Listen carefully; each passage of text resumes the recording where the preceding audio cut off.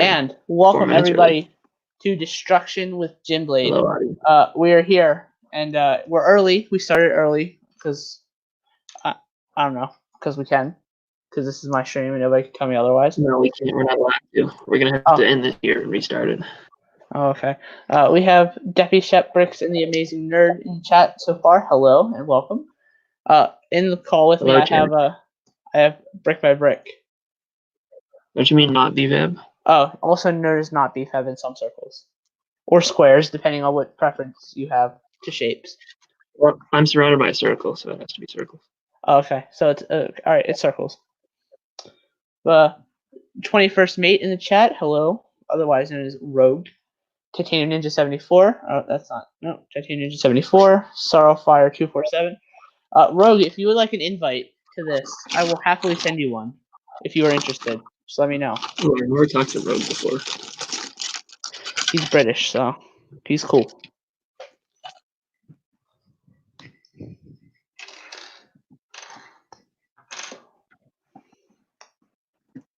He has to destroy stuff though in order to be in the call, I guess. I mean, made that really. That's not. I didn't. That's he not just has to necessary. pretend to be destroying something. He just has to. All you have to do is say you're destroying something, and then you're. I can't join tonight. I'll be in chat. Darn, yeah, I know. I start really late. I should start a lot earlier for you British people. But I dropped a piece. Just built my set, so no destruction for me. What are you building? Good. They obviously didn't read the title.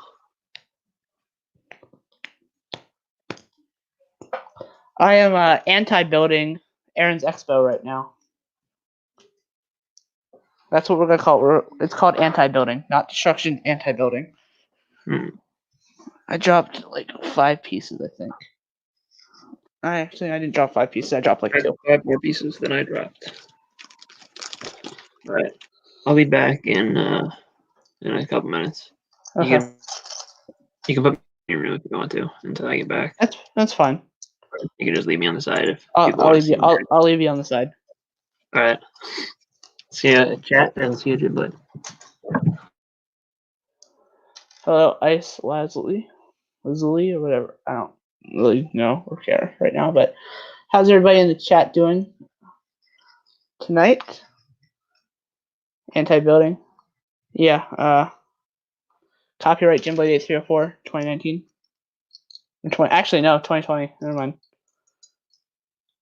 But figured it's time for some destruction because I don't have room for stuff. So will I be getting Destiny's Buying Legacy set? Of course I'll be buying it. It's Ninjago. I buy everything Ninjago. And it's kind of like not optional anymore to the point where I have to buy it. Like it's just not an optional thing anymore. Like I have to buy it, or else I feel like I've failed. So I buy everything basically day one. Like the latest I've gotten something after release was actually the Ultra Dragon 6 months, but other than that, the latest was like 2 weeks after release. Because I like to have everything. I like to be up to date with Ninjago, so that way I don't fall behind. And I like my Ninjago. So.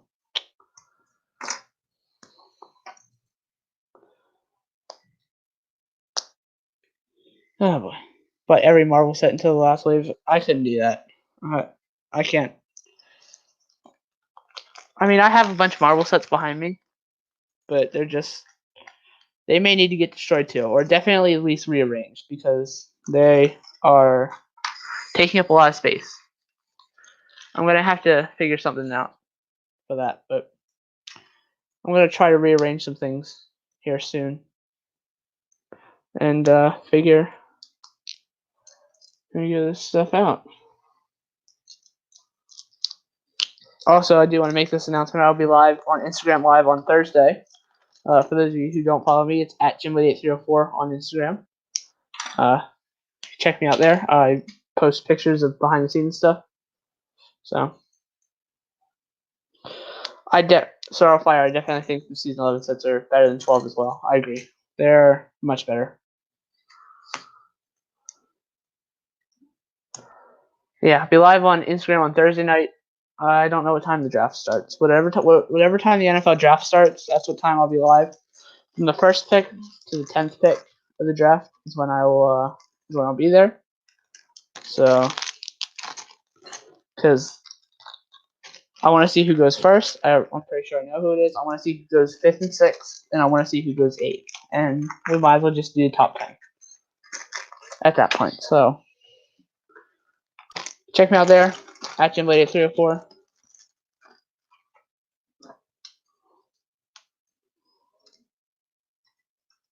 And now I start to tear apart the bike. I can figure out.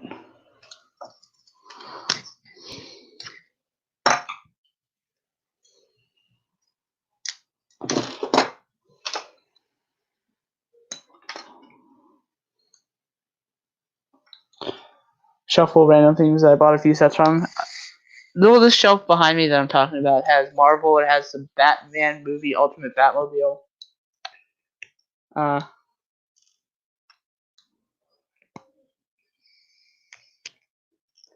One second. It also has Speed Champions, Star Wars, architecture behind it, and ideas to the side. So it's a variety, that's for sure.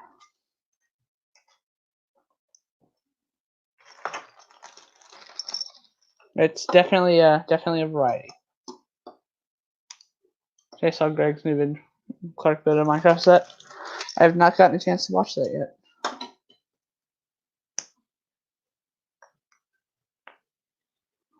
Gotta start doing this. Is some of my old sets have them stored away when I nothing to do.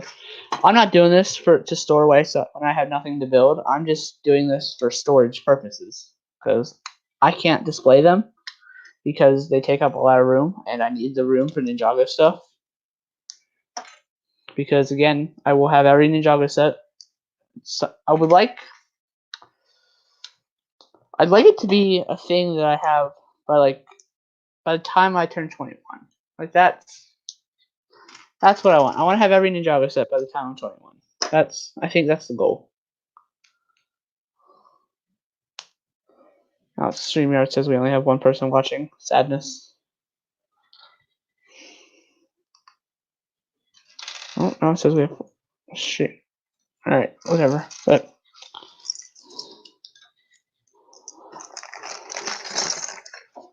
Hello, M Productions. Welcome.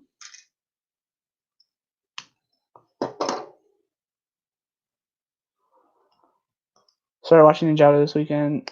This month. It's been a week and I'm on season 8, episode 1. I guess that's good timing. I mean, it's also a lot of time. Best stream today. It hasn't.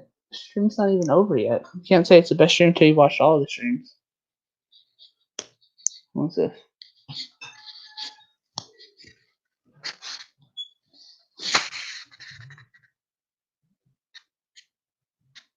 Oh, okay, that's what that was. Oh, okay.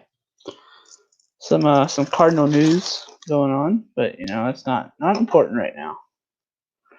Because we got Lego to tear apart. And I believe we will have some other guests joining us. Brickatech may be here and M&R Productions as well. Hello, Brick T Productions. Welcome.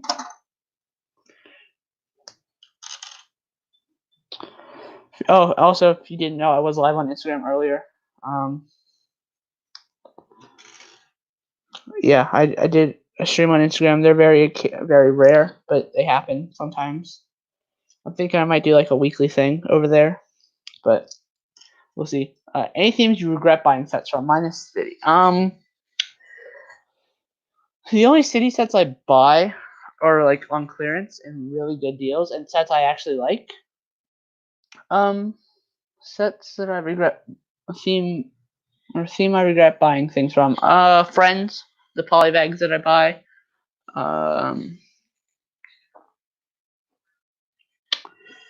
Not really. I mean, anything besides City, not really.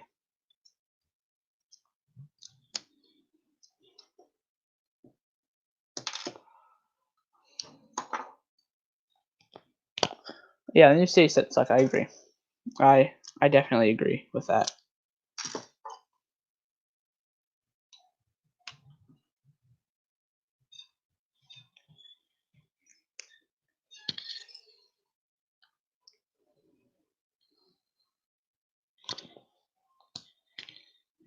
Aha, got it. Trying to think. There's not really else I regret. I don't regret buying much stuff. Like there's just not a whole lot that I'm like, oh, I shouldn't have bought that. That was stupid. Why did I do that? Or anything like that. I'm not. I've never really felt that way. What am I streaming on? I'm streaming on StreamYard.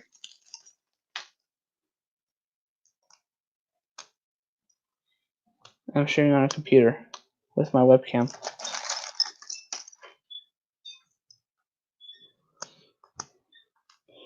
Thought the new city airport looked nice.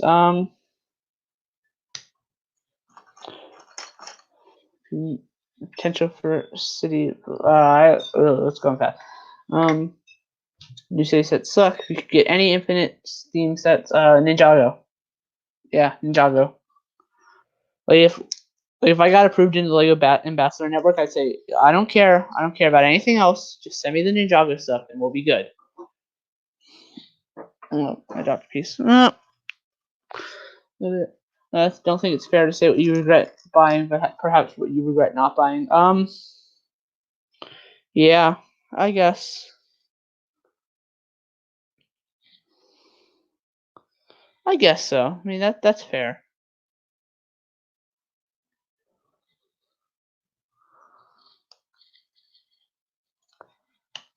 I definitely regret not buying a lot of the old Ninjago, so that's.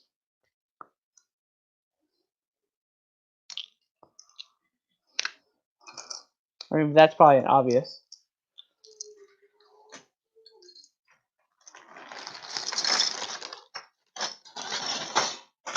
I think I definitely. This was no. I should probably have used the this size bag instead, because all this. I think.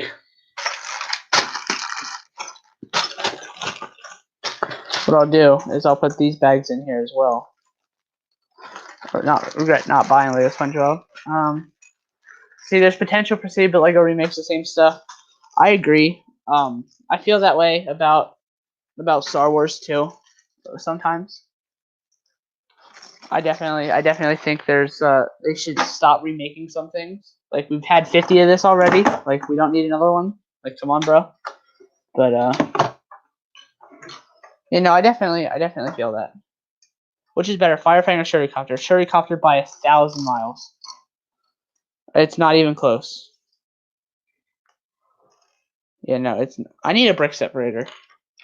I was ranting about a bag of brick separators that I had earlier. Now I need one. Go figure.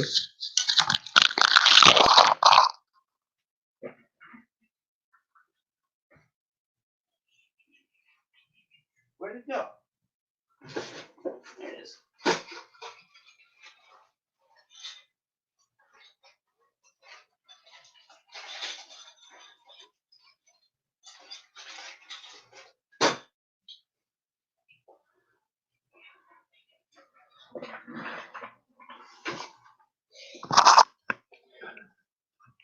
Okay, I'm back. What color brick separator? I know this is really stupid, but what color? Teal or orange? What are we using?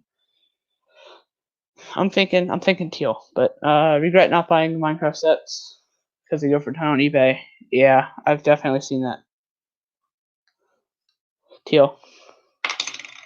Well,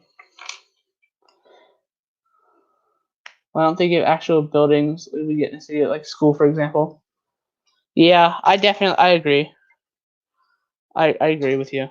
We should definitely get more things like that, and city would be better.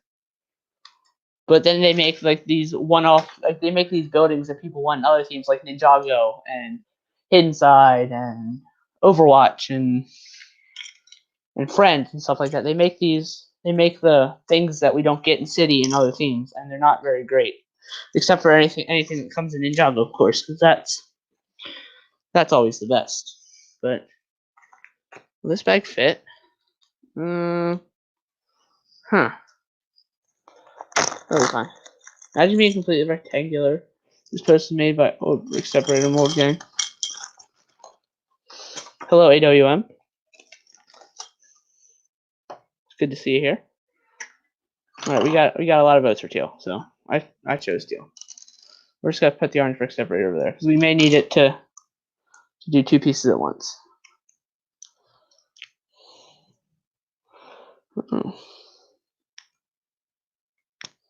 And then we just, if I can get that.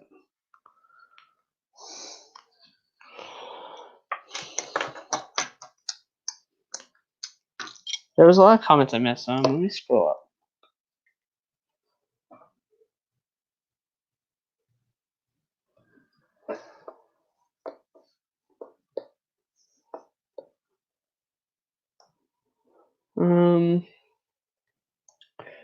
Rogue thought the new city airport looked nice. I mean, it looks okay. I'm not impressed by it, but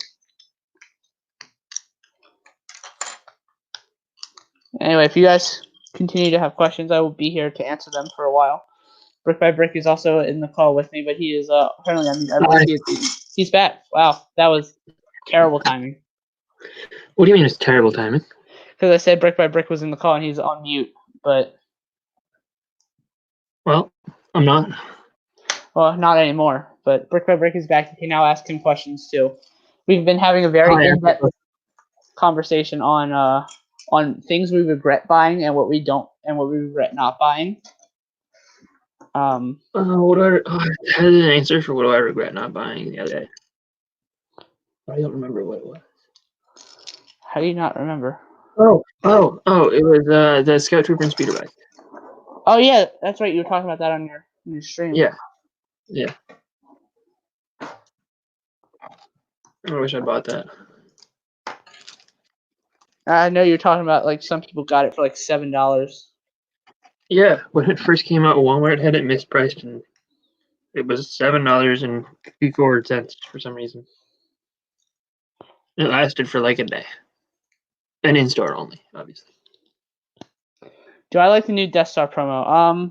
I don't hate it. I definitely don't hate it. I'm gonna get it because I want to buy Yoda, and this will give me an excuse. I don't think I'm gonna get it because I don't have the funds for it right now. So don't collect much Lego these days because I have to buy art pencils monthly and they cost €300. Yikes! That's a lot of money.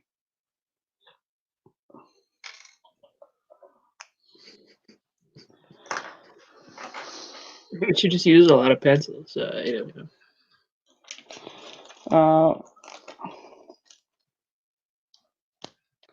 Rogue said, I'm not going for the new promo. Nothing in the current rate is calling my name. There's definitely stuff I want. Like, I want the Thai Dorito, if you will, and Poe's X-Wing. But, like... The entire new range is... Oh, and the helmet. And the helmets. All the helmets, Dio, Yoda. Yeah, those two. Those are all sets I want as well. Plus I still Yoda, I want... the ATST. What? I still mildly want the ATST, too. From Mando? Yeah. I have it. It's behind me. Yeah. There was... I also want the Pisana Speeder Chase, sort of. That is a good set. I also have that. That is very good. I would recommend. Like I bought it, I think like right around release day actually. I mean, don't get me wrong. Yeah, I don't know if I've ever heard your stance on the Rise of Skywalker. Did you like it? Oh, I definitely really liked it. Was it better than The Last Jedi? Yes. Did you hate The Last Jedi? No. Okay. Am I supposed to? No, I love The Last Jedi. One of the best Star Wars movies. Starfire has the deep questions here. KFC or McDonald's? McDonald's. I hate both Chick-fil-A. I hate Chick-fil-A. Chick-fil-A is the only fast food restaurant I eat at. Chick-fil-A is the only fast food restaurant I don't eat at besides Wendy's. I despise Wendy's and I despise Chick-fil-A. I despise McDonald's, and I haven't been to KFC more than like once in my life. I could go with. I mean, I could go with. I like KFC's popcorn chicken. Okay, you haven't had KFC's popcorn chicken. Wait, what? I haven't had KFC's popcorn chicken. KFC's popcorn chicken is amazing. I haven't had it. But you know whose chicken is probably better?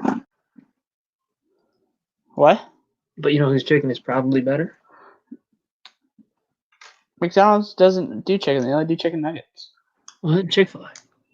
No, gross. When was the last time you've been to Chick-fil-A, Djinnblade? January. January? January. Well, you should go again because they probably changed a lot. Actually, wait, no, it might. No, wait. It was either January or it was February. Well, you should. They probably changed a lot since February. All I know is they got mac and cheese, and what do you get at Chick-fil-A? I don't get anything at Chick-fil-A because I don't like it. When you go to Chick-fil-A, what do you get? I don't go to Chick-fil-A, so I don't get anything. What did you get the last time you were at Chick-fil-A? An order of waffle fries. Waffle fries are the best thing that come out of Chick-fil-A. No, waffle fries aren't even that good. Like they're not. Arby's curly fries are better. No. I'm gonna say it. No. Yeah. Nope. Yeah. McDonald's fries suck. Waffle fries are way better. I know that's even more wrong. Which is better, Ninjago movie sets or Ninjago series sets? Ninjago movie, but Ninjago series not far behind. That's not very there's only one wave of Ninjago movie sets. Technically, there's two because they were released. Fine, but there's only two waves of Ninjago movie sets. There are a lot more. I'm sure that I think on average the Ninjago movie sets are better, but I think there are probably Ninjago series sets that are better than. Yeah, because there's more series.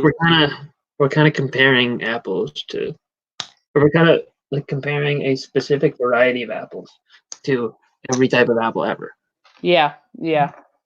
That's like compare. That's like there was a lesson that my teacher said. It's like a square is a rectangle, but not all rectangles are squares. Thank you. Thank you. Do you know who doesn't believe me that that's true? BFAB probably. No, AWM. He doesn't believe me that that's true. He's never heard that before. That is 100% true. Rectangles are mutually exclusive.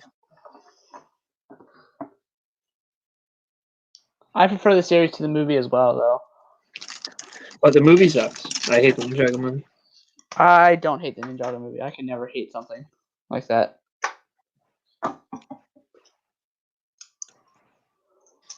Minecraft or Fortnite? Why have one when you can have both? Because I do both. I mean, I guess you could argue for my case, it'd be Minecraft because I stream it, and I don't stream Fortnite, but I do play a lot of Fortnite. Which do you play more of? Which have I played more of? Yeah. Fortnite because I played it longer. Which do you currently play more of? It depends. In the last week, which one have you played more of? Probably both equal, actually. Exactly equal? Pretty close. Pretty close. Really close. To exactly equal. But actually, no, now I think probably a little bit more Fortnite because I spent all of Saturday night and all of Sunday night playing Fortnite. I think. Was that Saturday? That was Saturday, yeah, I think. How about in the past 24 hours? In the past 24 hours, more Fortnite because I haven't been on Minecraft. Ooh. I haven't played Minecraft in 2 weeks though, so. What version do you play on? Java. Wrong. Hello, cut the craggle. What do you mean wrong? It's just wrong. Do you monitor my Minecraft playing? No, but it's wrong. If you play, you gotta play Bedrock. No. Why would I play Bedrock? Because Bedrock's better. What makes it better? No, hold on, I just had to add cut the cargoes. Because I play it. Okay. Have you played the other one though? No, because I can't. Why can't you? Because I can't. Why can't you? Because I don't have access to it. You don't have access to it? No. All you have to do is press the download button. But don't I have to pay for that too? You don't have to pay for the download, but you need to pay for an account. So if I I don't already know. I don't know if Bedrock accounts work on Java. You'd have to look into that. I never tried it because I just have a Java account. Yeah, this is BFab's new voice. Hello. Yeah, this is BFab. This is not BFab. Yep. If they made Fortnite sets, I'd buy them. I'd buy probably all of them. I wouldn't. Jeff, if there was something really cool, you'd buy it. I mean, there's a lot of really cool things that I don't buy. Are you gonna watch Travis Scott concert event in Fortnite? No. I haven't bought the Downtown Diner, and that's really cool.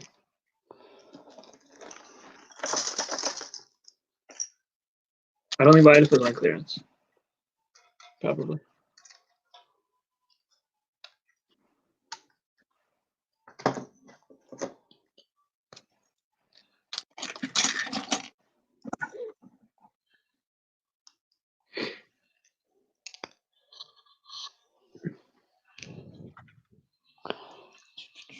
Alright, let's see. These go. Alright, what do I take? This thing is built so strange. Like I don't like. It's difficult to figure out how to take it apart. What thing? Because it's built on Technic. Like it's like the majority of the ship is a Technic frame. Hmm. Creator or modular? Modulars are creator, but not all creator sets are modular.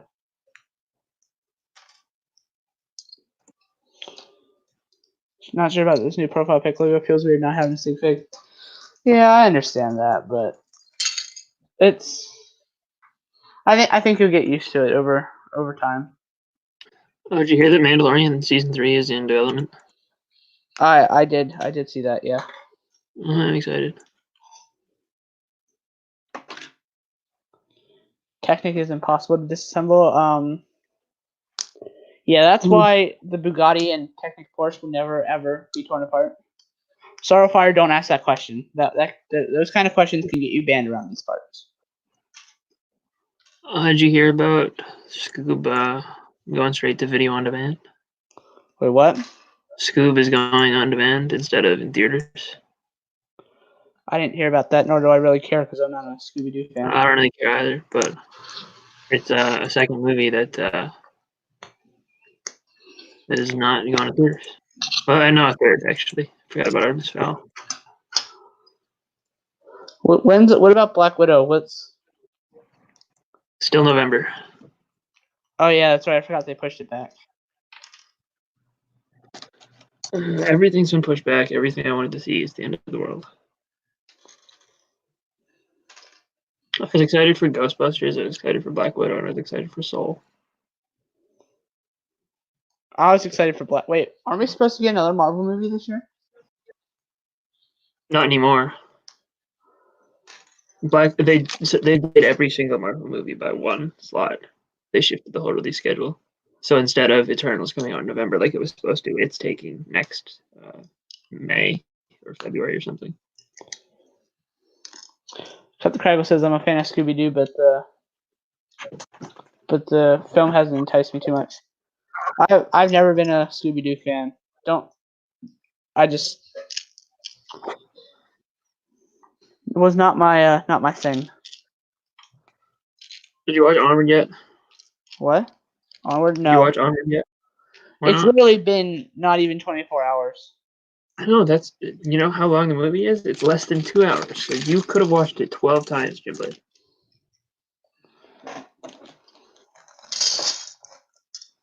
That is probably true. Do I regret not doing it? No. Why not? Because I'll watch it eventually. You should watch it right now. But I'm streaming right now. Well, you can stream while watching it. I'm pretty sure I cannot. I mean, you can. That won't end well. Yeah, but you can do it. But I don't really want to test that.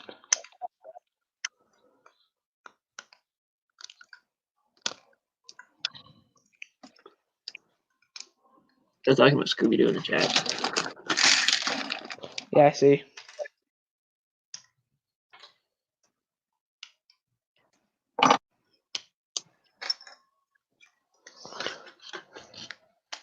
Ooh. That's a way to do it.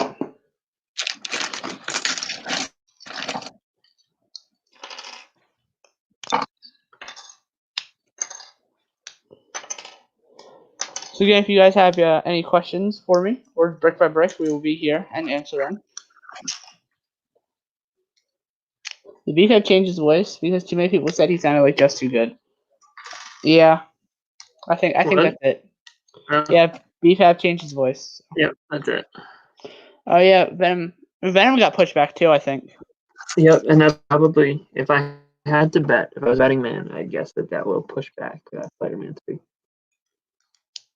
Because they delayed it to June, like 25th or something, and Spider-Man was supposed to come out July 16th. And I don't think that I thought you said every Marvel movie got pushed back one slot. No, only the Disney ones. Because Sony distributes the Spider-Man one, so they're in charge of that release date. They've probably talked to Marvel about it, but they didn't commit to delaying it yet. Why does they haven't said it?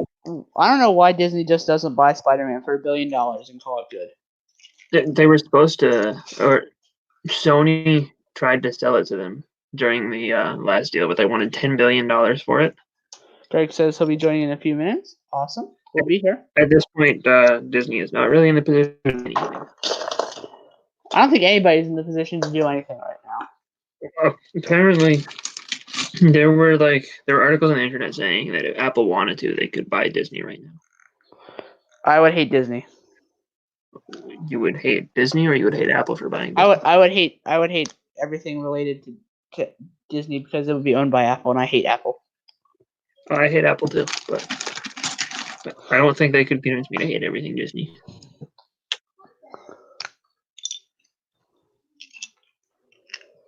Greg says he's joining. Yeah, I know. Thank you, Jeff. You're welcome. This is really difficult to take apart, especially because I hurt my nail was my thumbnail was really. The video thumbnail? No, can't join these Apple haters. Yes, you can. What are you talking about? No, my actual thumbnail, like the nail on my thumb. Apple secretly listening to it.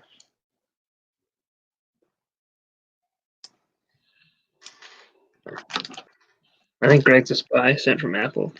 I think so.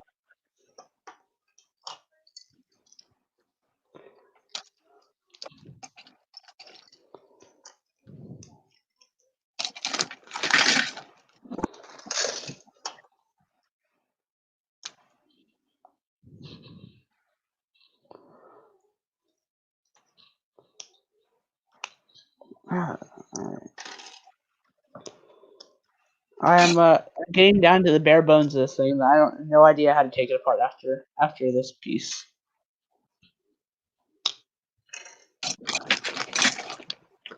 After what piece? Actually, they can't see what piece you're talking about. This part of the cockpit or the part of the tail that I just ripped off. Captain Credible says I heard Sony toyed with selling Spider-Man when the Amazing Spider-Man 2 bombed, but after the success of Homecoming and Into the Spider-Verse, they went back to the old plan of Spidey villain movieverse. Wait, aren't they doing a sequel to Spider-Verse? Yeah, Spider-Verse 2, I think its sequel might have been delayed, but I think it's supposed to come out April 14th, 2022 or something like that. Everything was delayed. There's probably...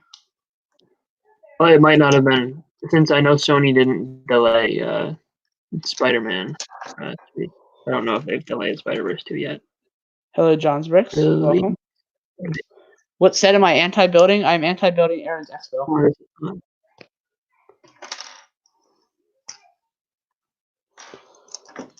Ooh.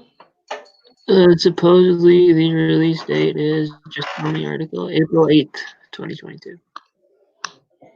But that's before postponement, which hasn't happened yet.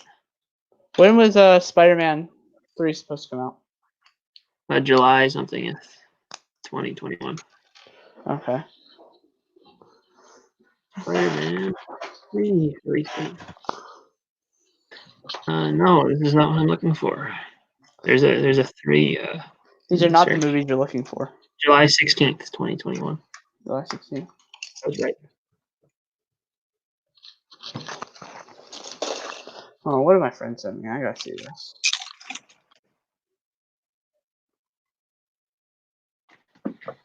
Oh, that.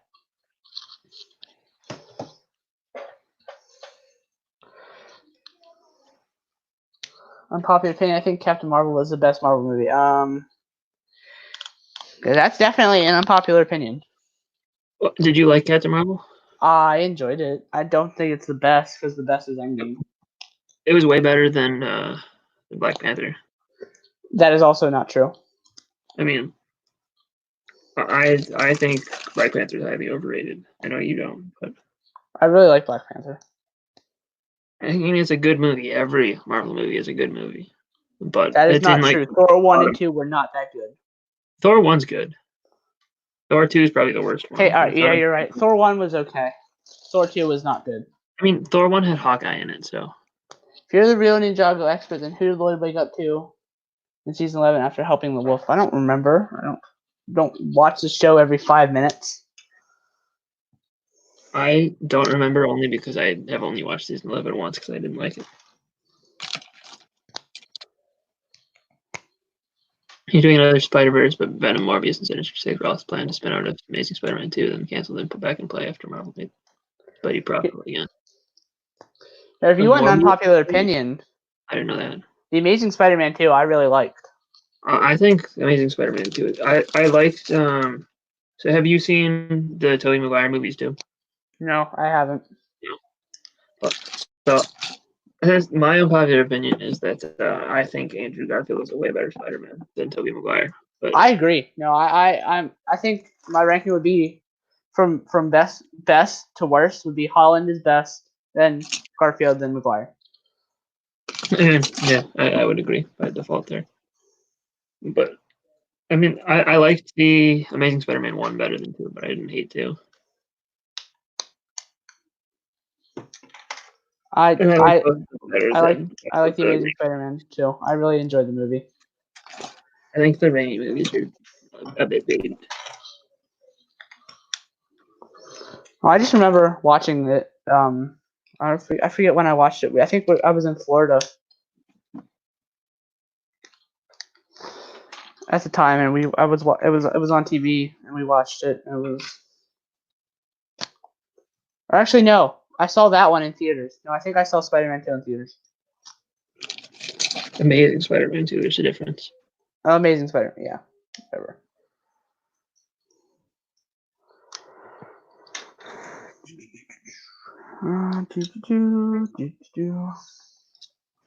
Maguire was better at Peter Parker. Garfield was too cool for Parker. Holland strikes the balance well. I thought Garfield was perfectly fine as Peter Parker. I think so too.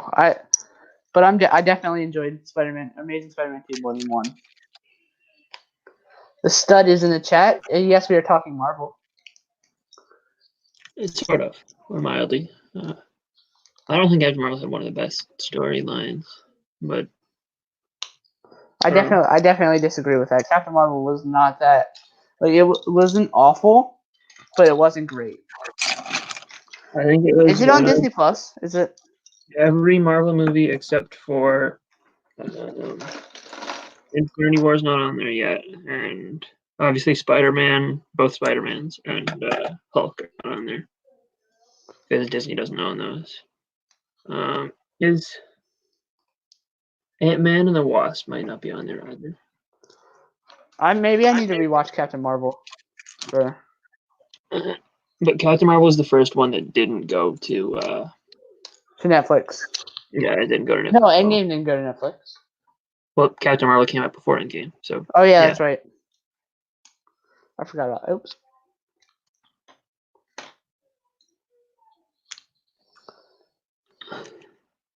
One movie about Kylo's story. Kylo Ren. Isn't that the entire sequel trilogy? Well, that's also about Rey and Poe and Finn and Rose. No. Kylo Ren is the main character of the sequel trilogy. You can't convince me otherwise.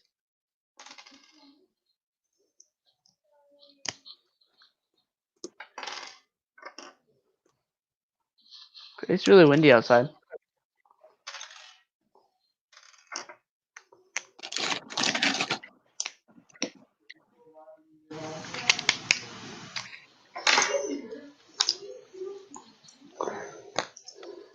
Kylo was a horrible villain and Rey was overpowered. That's a bit much. I mean, Kylo wasn't the villain, though.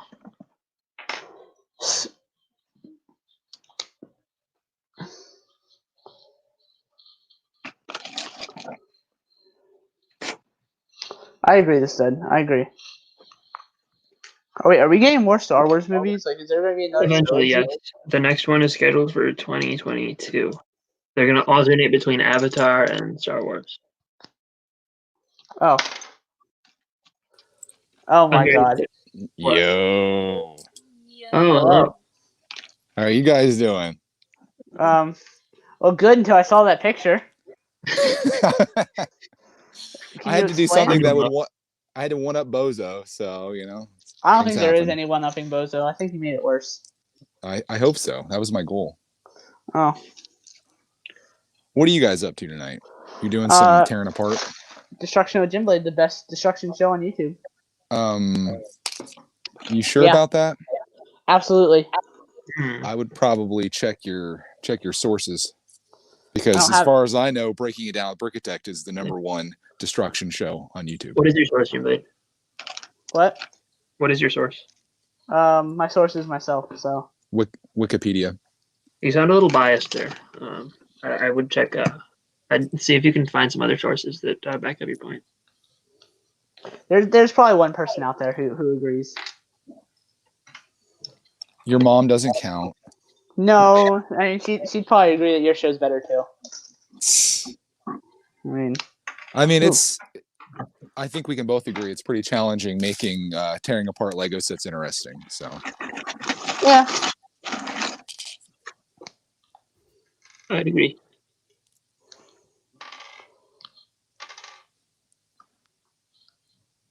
I finished Mandalorian. Thoughts? You did. I thought it was great. Yeah, they really left me on a cliffhanger with episode 7 there. They just confirmed season 3. Really? Yeah, I imagine it'll probably continue for all eternity, but it's pretty cool show. I won't give any spoilers in case people haven't watched it yet, but I'm glad I finally did it. I think it's the second best thing on Disney Plus. What's the best thing on Disney Plus? Imagineering Story by far. The story Pixar? The Imagineering Story. What is that? It's about the Disney parks. Oh. The stud I'm that was using on there. Episode documentary. Yeah, the stud I'm using the ultra rare aqua brick separator, even rarer than the orange one. No, those are so common. The orange ones, I mean, you can't find those anywhere. Oh yeah. That's the thing. That's why I try not to use them very often. Speaking of that, I had this idea for a mock using brick separators because I have so many of them because people send them all the time. I want to make. I'll tell you privately, Djinnblade, because it's a secret, but it's already been done. Spider's already been done. No, okay. It's not a spider. It's your spider will be subpart of mine anyway. So I'm going to make it in a way that it can grow as time goes by as well. I am intrigued. I hope so. I like to build the hype. That's my #1 skill is building hype. Building hype and then failing to deliver. Oh, I disagree. Well, sometimes. I build the hype, I keep you hooked, and then you find out and you're amazed. Alexa says, Greg's stream, deep questions, Djinnblade stream, McDonald's or KFC? Honestly. I mean, we all know the answer to that one. Chick-fil-A is the answer. least I hope I know the answer to that one. What was your answer? Did that actually come up? My Yeah, answer, that no, did that come was up. that was an actual question. My answer was McDonald's. Same. My answer was neither. Although, if I want chicken, I'm going to KFC. So, because If I want chicken, I wouldn't consider either of those places. Dude, my KFC sucks. Like I would go there. I went there one time after work one time. So it's like 5 o'clock, typical dinner time hours, right? So you'd expect, you expect them to be prepared or whatever. I walk in there and I get like the most basic of meals, and they're like, "Yeah, we don't have any chicken made, so it's gonna be a while." And I'm just like, "Are you serious right now? Like this is what you do?" yikes. I don't know if the manager there is like a Nazi when it comes to like unused inventory or food or whatever, and they only make things on demand. But I'm pretty sure you should have pretty much everything kind of ready to go, especially at that time of day. I could see if you came in there at like 11 o'clock at night, or if you came in there at like 10 o'clock in the morning. But seriously, yeah, Billy says KFC takes ages to cook food. I agree, man. I don't know what they're smoking there, but Good. I don't consider it fast food when you walk in there and have to wait as long as it takes a restaurant to make a meal for you. Thank you, sir. I personally really like their popcorn chicken. That's what I like. They do have some good stuff there. I can't comment on KFC because I haven't been to one. Like, I don't remember the last time I went to one. Basically, What are those little bowls that they used to make? It was kind of like I used to call it the pig trough, where they would put everything into one bowl and you could eat it that way. Like it had your mashed potatoes, chicken, corn, like everything was in a bowl. Anybody? I don't know. It was a thing. I don't really go to KFC that often either, but I just know that I prefer that to Chick-fil-A. Chick-fil-A's way better. Unpopular I've only had a opinion. chance to go to Chick-fil-A twice. It was good both times. I mean, it is what it is. It's a fried chicken sandwich or whatever. So, It's the only fast food place I ever go to. are you some type of elitist or something? I mean, I just don't go to fast food places, and if I'm gonna go, I'm gonna choose Chick-fil-A. What are you trying to stay alive or something? What? I mean, trying- I don't know. Overrated. Sort of. I'll tell you that. Yeah. Overrated. I'm mildly addicted to Chick-fil-A sauce, though, so I don't know how that's gonna work. What is Chick-fil-A sauce? I've never had that. So it's like it's a mixture of honey mustard and barbecue and ranch. Interesting. Huh. Never had that before. Well, next time you go to Chick-fil-A, make sure you ask for the Chick-fil-A sauce. Yeah, I think the 2 times I've been there, I just got like the most basic of meal, whatever like the chicken sandwich is. I do like the way they prepare it though. I think overall I felt like the food was pretty good. It felt like quality, Like it didn't feel like fake chicken or whatever. Yeah. I'm glad I ate already because holy, this is a hunger-fied conversation right here. Oh, don't forget to make sure you guys use coupon code Djinnblade at your next Chick-fil-A or KFC. Actually, no. I trash talk Chick-fil-A. They can't. They don't sponsor. They're going to charge you extra if you use that code there now. Yeah. The stud just says Sonic is a very underrated restaurant. What is it? I haven't eaten Sonic food. I heard it sucks. I haven't tried it, so I can't verify. I can't either. All right, first set is torn apart. Aaron's Expo is done. Don't we all like making opinions on things that we don't actually know about, though? Oh yeah, very much. It's the way the world. It's how the world works, man. Oh, I love that, especially you know that. If you act like you have enough authority on something, I guess people will believe you. Exactly, which is why I'm the most qualified person in the world to tell you why a Ninjago set sucks like Oni Titan. It's in the backlog. I'll reserve my judgment until we build it. But the thing is, I like mech type stuff. I like build figures that you can kind of move around and stuff. I like that kind of stuff. That is not a mech. You cannot put a minifigure. Well, it's not a mech, but it's like it's not a bad set. It is a very bad set. I like any kind of Lego stuff that's like has arms and legs and can walk around. I guess not mech even. So in 2 sentences, Djinnblade, why do you hate the Oni Titan? Wait, what? I think he said it's why fugly. do you hate the Oni Titan? Why do I hate Oni Titan? Yeah. Because it's ugly. First of all, second of all, it's kind of overpriced. It should have been $40. You've gone over your 2 sentence limit. Oh, okay. You have to have it one big run-on sentence. That way you can say all you want to Yeah. say. I don't like it because of this, and I think it's also this, and it's also this, and just do that. And Yeah. the minifigs aren't exclusive. But you can get them in literally any set. You can get the minifigs in other sets as well, and just it's definitely up there. Literally any set. But it's definitely up there for most hated Ninjago set. By you or by everyone? By Ninjago me. community. Oh, by me. Believe it or not, there's quite a few Ninjago sets I strongly dislike. You would have never guessed, but it's true. I'm surprised because, like I said before, I feel like Ninjago could put a turd in a box and you would buy it. But well, you probably would. You just wouldn't have good things to say about it. Yeah. I own every Ninjago set released since 2017, and some of them are not great. Are you going to go back in time and continue that quest? I said earlier in the stream I want to have every Ninjago set released by the time I'm 21. That's the goal. You know what'll make that task really easy? What is that? If they stop making new Ninjago sets. Honestly, though, I thought that, but at the same time, I want them to keep making them. I know, but like if you're trying to this quest to collect these things, if there's no new ones to buy, you could dedicate all your funds to getting the older ones. Yeah. The problem is then the nostalgia is going to pick up on people, and then it's going to get harder to buy them because people are going to want them because it's a real thing now. What's the most expensive set that you don't already own, Djinnblade? What's the most expensive set I don't already own? Probably Garmadon's Fortress. What's that go for? That doesn't go 200? for that much to buy used. It goes for like 200. Dude, you want to talk about overpriced sets? Clark wants that Minecraft Mountain Cave set. It's that epic, like giant. Yeah, I thought it was like $400 on eBay. I looked recently, saw and it's like $575. Brutal.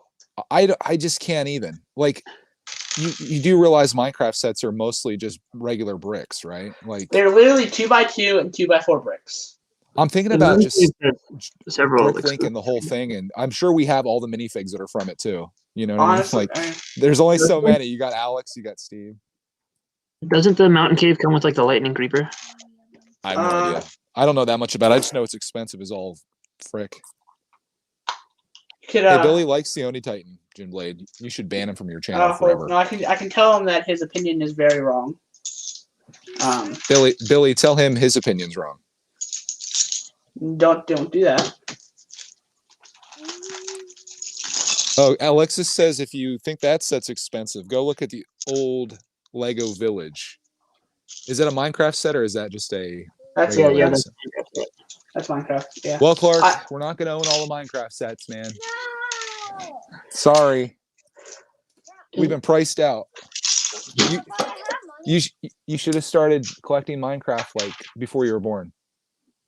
Yeah, back in like 2011 or 2012 or something. I did give Clark a wallet, so he does have his money now. Ooh. I gave him a wallet with $1 bill in it. Wow. To get The started. village is only $341 new average price on Bricklink. Oh, that's not as bad as the Yeah. Mountain Cave. That's 500 plus. And I'm thinking that's I don't know what that is used. Like I don't know what I can find it for. What's the cheapest Mountain Cave you can find? Okay, so Mountain Cave average new price is $518, and average used is $464. Might as well just get new, I guess. I mean, yeah, if you're gonna buy it, just Holy. I mean, or I could just go get like a crap ton of green, gray, and brown bricks and build my own Mountain Cave and just be done with it. Honestly, though, Clark would never know the difference. Well, I mean, you could ask where the box is, and like, yeah, it's used. We don't have it. I told him any donations that we get on Games with Greg where we're playing Minecraft, we're going to put completely towards that. So we just need I think we have $6 right now. You have $6. That's not taking away Google's share. So we're going gross, not net on it. You're almost there. Yeah, just maybe I'd say we do another 3,000 streams. We'll have it done. Oh, There's actually quite a bit of exclusive stuff in the Mountain Cave. Is there? Dang it. There's a black sheep, which is exclusive to that. There's an angry wolf, which is exclusive. There's an armor stone, which is exclusive. There's a stone or an iron shovel, which is exclusive, if you care about that. And then there's the giant slime and the lightning creeper. Okay. I mean, you could. I mean, I think your better bet would probably check right click and try to part it. Like try Gold to. chest plate is exclusive, I guess. Or you could I think of try- it like this. Like, say the average Minecraft set. What do you think the average Minecraft set is? Like $35 maybe? Like, so there's some $20 sets. There's some 50. There's some 80s. So I'd say it skews kind of on the lower side. It's like getting 20 Minecraft sets or 10, 15 Minecraft sets. Yeah. Yeah. The set says I'm honestly surprised Lego Minecraft has lasted this long. Well, it's pretty popular, isn't it? I feel like there's been a resurgence in popularity as of late. There definitely has been a resurgence in popularity of the game. Definitely. Thank you, PewDiePie. We appreciate you. No, not PewDiePie. That was definitely not PewDiePie. I'm pretty sure it was. I'm pretty sure he came back in the plane and blew that mother trucker up. I think it's a combination of factors. I watched an Australian guy by the name of Laserbeam. You definitely don't let Clark watch the videos. I mean, but like we were watching this episode of something this morning. The dude played Minecraft for 1,000 days straight, and he was telling about all the things he did on each day. It was really fascinating. It was like a summary almost. Like he's like, I spent day 430 doing this, 431 doing this. It was cool. I think I know what you're talking about. I think I saw the that. video's like I think it's like an hour and a half long. If we're talking about all the stuff he did, it was. I enjoyed it. I think I know what you're talking about. I think I saw that. Craigle, this is not breaking it down. This is actually the #1 destruction show on YouTube called Destruction with Djinnblade. That sounded like it was very painful for you to say. Yeah, it is actually. I'm trying to take your #1 spot one of these days. I mean, to be fair, we're both very inconsistent, so. I think you should do a poll on your channel and ask which one's the best one. Oh, I know the answer. I know the answer to that. Like, if he does that, you have to do it too. I'll do a poll and you do a poll. Yeah. We can arrange.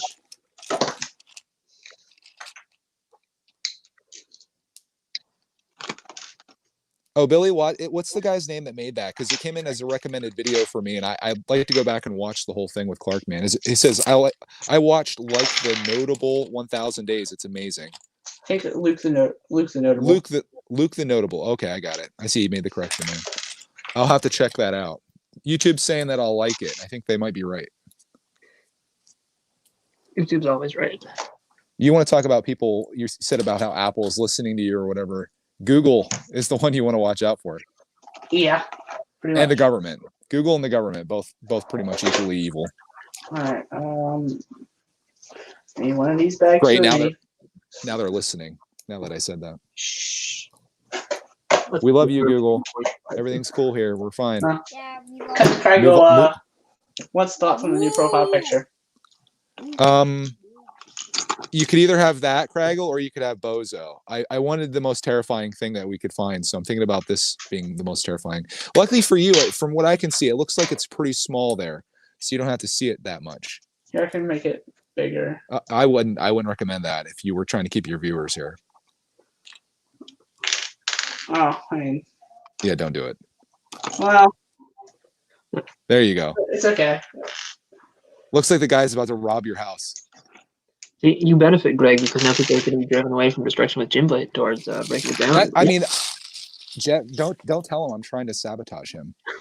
I'm like, if I put my ugly face on his stream, he will go down to #2, and I will take the #1 slot here. Watch there be another show that's better than both of ours, and we just don't know about it. It has like 40,000 viewers every single time they air it. Yeah, like watch that be a thing, and we just don't know. I don't know. If you can get more than 10 people to watch you tear apart a Lego set, you're doing something right. Well, I have exactly 10 people watching, so. There you go. You're doing something right. Or people just don't know what they just click by accident. The question I have is, where's the rest of our streaming group at? These people have lives? If they do, I've been lied to. Lego Freak said he was joining soon, and then he never showed up. Well, at least you'll know when to end it then. I thought you picked an order. I did kick him out. He left on his own. Crap! Now you can't charge him to come back. Yeah, unfortunate. What's that, bud? You can if you want to. I don't want to. It's up to you. Great stream profile picture looks like when your parents leave you alone for Christmas and you look through the peephole at your robbers. We're getting pranked by a kidney god now. Anybody Home Alone? Anybody see that movie? No. Are you? I'm gonna have to come over there, Djinnblade. I mean, Do I need to- you can help do I us need to plant our s- tomatoes that we're gonna plant. So I'll tell you what, Djinnblade. If you have a service called Disney Plus, you can watch Home Alone finally for free. Did they put the first one on there? I thought they got rid of them. It was on there. Someone told me that they may have gotten rid of it, and I'm just It like, what's was wrong on with this there? world?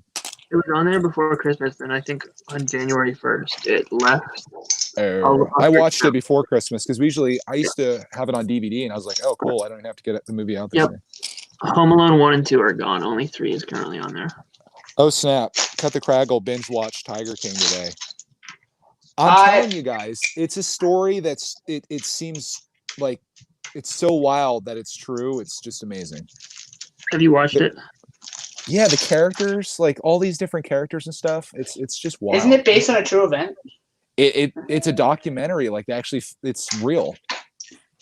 I mean, as real as you get when you have camera shoved in your face. But I mean, it's just absolute craziness. All the characters they have on there and stuff. And the guy was just wanting so much to be famous, and it's a shame now he's in jail and he's famous now. Like he's not getting to enjoy it because he would be he'd be everywhere right now. If you guys haven't watched Tiger King, it's on Netflix. Give it a watch. Give it a couple. How many episodes are there? How many? 7, I think. 7. 7 at 45 minutes. Yeah, I watched the first episode and I was like, this is stupid. But then I kept watching it, and after a while, you kind of get invested into this whole thing. I will consider. If you're bored off your skull, like you typically are, it's worth a watch. Well, I mean, I don't know how to even summarize the story. Basically, it's this guy. He has like a tiger, a zoo or whatever. He's trying to be famous. He's a gay country western singing tiger, zoo owning dude. And there's this other lady that is also doing a similar thing, but is against him. And he hates her and wants to get her killed, like hires a man to kill her. Turns out she actually killed her husband potentially too and fed him to tigers. Like it's just wild. And there's all these characters that work at the zoo and they're all freaking weird and oh my god, it's something. But yeah, he's doing 22 years in prison right now because of his attempted murder of this other woman. So all this fame and stuff that's coming to this, he's not enjoying very much, I wouldn't think. Although I'm sure he's pretty famous inside the prison too. Maybe he's getting like extra snacks and stuff. Or he's getting shanked. I don't know. Yeah, maybe. Oh, I gotta open the box because I taped it shut at first. Oh, frick, he's back. The Lego freak? Yeah, unfortunately. Thanks for actually letting me in, Djinnblade. That's why I didn't join. Say, hey, it's the Lego freak. Hey, it's the Lego. Djinnblade, What? what are you ripping up now? Some city set that I bought for $5. Is it good? I mean, it's okay. It's the Arctic Exploration Pack. Yeah. Lego freak, I want to know where your videos are at, man. You got one coming tomorrow. Where's the day in the life of the Lego freak? That one had to be reshot, but that one's coming away this week. Yeah, you think a day in the life of Lego Freak is gonna be a good video? Wait till you see a week in the life of Djinnblade. Well, Oh, Djinnblade, God. I had a day in the life of Lego Freak set up, but that had to get canceled, Djinnblade. That's unfortunate. Here's how I'd summarize both your videos. Lego freaks is kid drinks Mountain Dew all day. And Djinnblade's is kid sits at computer all day. No, it's not even true. There was a Walmart clip in there. There was a bunch of Fortnite with John. Oh, okay. Fortnite is at a computer. Fortnite is not at a computer. It's at my TV upstairs. It's basically the same. I'm just kidding, of course. I'm excited to see both of your guys' videos. What's your video tomorrow, Lego Freak? Can you give us a sneak peek as to what you might be uploading? Pirate Bay. Oh, the haul or the review or what Review. is... Review. Oh, wow. When's Lego Freak gonna start making daily videos? Is what I want to know.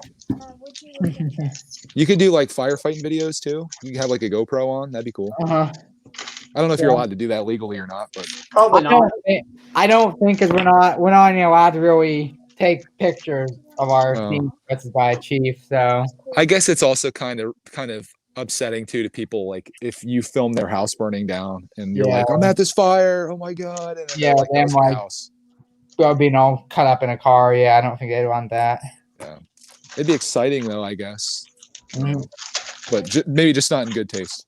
No. Uh-uh. All right, now down goes Hanzo versus Genji. A set sent to me by the one and only Bricked a lot. That's okay. Can you take that apart for me? Why turn it down, Djinnblade? Because I don't have room for it. I went live on Instagram earlier today. Did you? Yeah, it was really I fun. did that one. I did it once before. I don't like the fact that the videos don't remain behind when you're done making them. Yeah, but speaking of Instagram Live, tune in. Hold on, I gotta wait before I plug this. I gotta check the time. Make sure you get the date and the time right. I know it's Thursday. First of all, make sure everyone's following you on Instagram. Oh yeah, follow on at Djinnblade8304. Check it out. Thursday night, beginning at 8 p.m. I will be live on Instagram for the NFL draft. What are you going to be doing there? Commentating on that? Yeah, commentating on it. Waiting. I'm gonna commentate the first 10 picks. The first 10 picks. Okay. First 10 picks, because my team has the 8th pick, and I might as well just do the first 10. So. Yeah. Hello there. You guys hear like a robot talking or something? Kind of, but not really. It's like I am a robot. Is it Clark? No.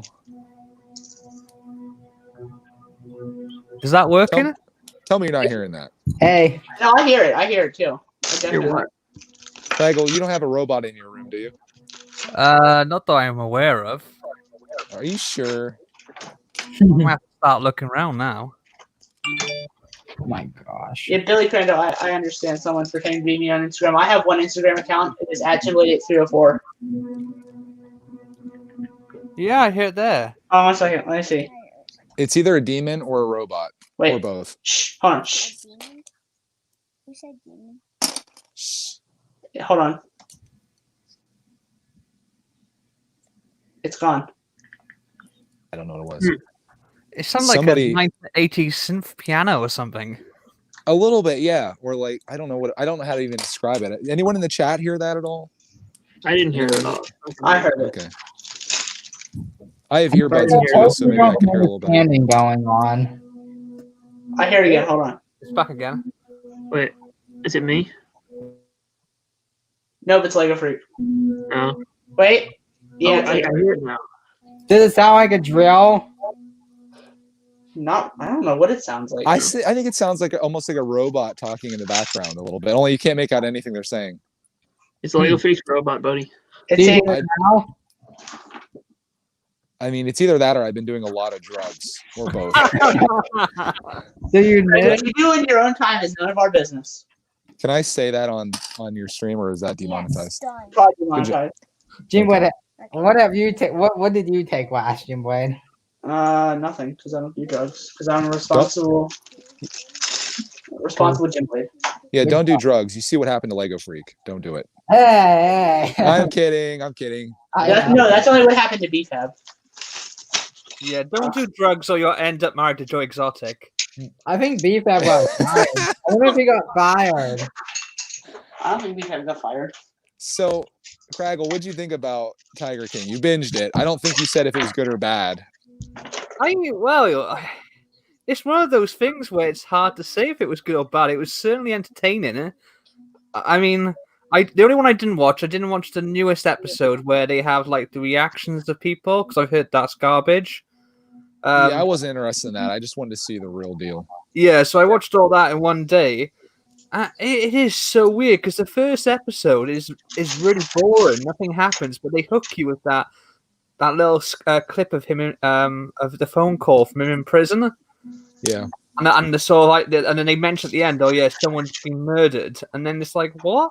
And then the second episode goes into like a whole different direction from what the series started off as. Mhm.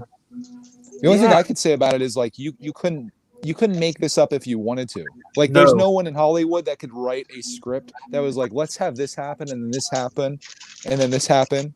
And to get the characters that they have on there is incredible. Yeah, I mean, the missus was working today in a different room in the house, and every now and again she'd come down to get a drink or go to the toilet, and I tell her what happened, and as I was saying out loud, I was realizing how like insane it sounded. Like it didn't sound like a real program, you know? For sure. It's kind of like a little.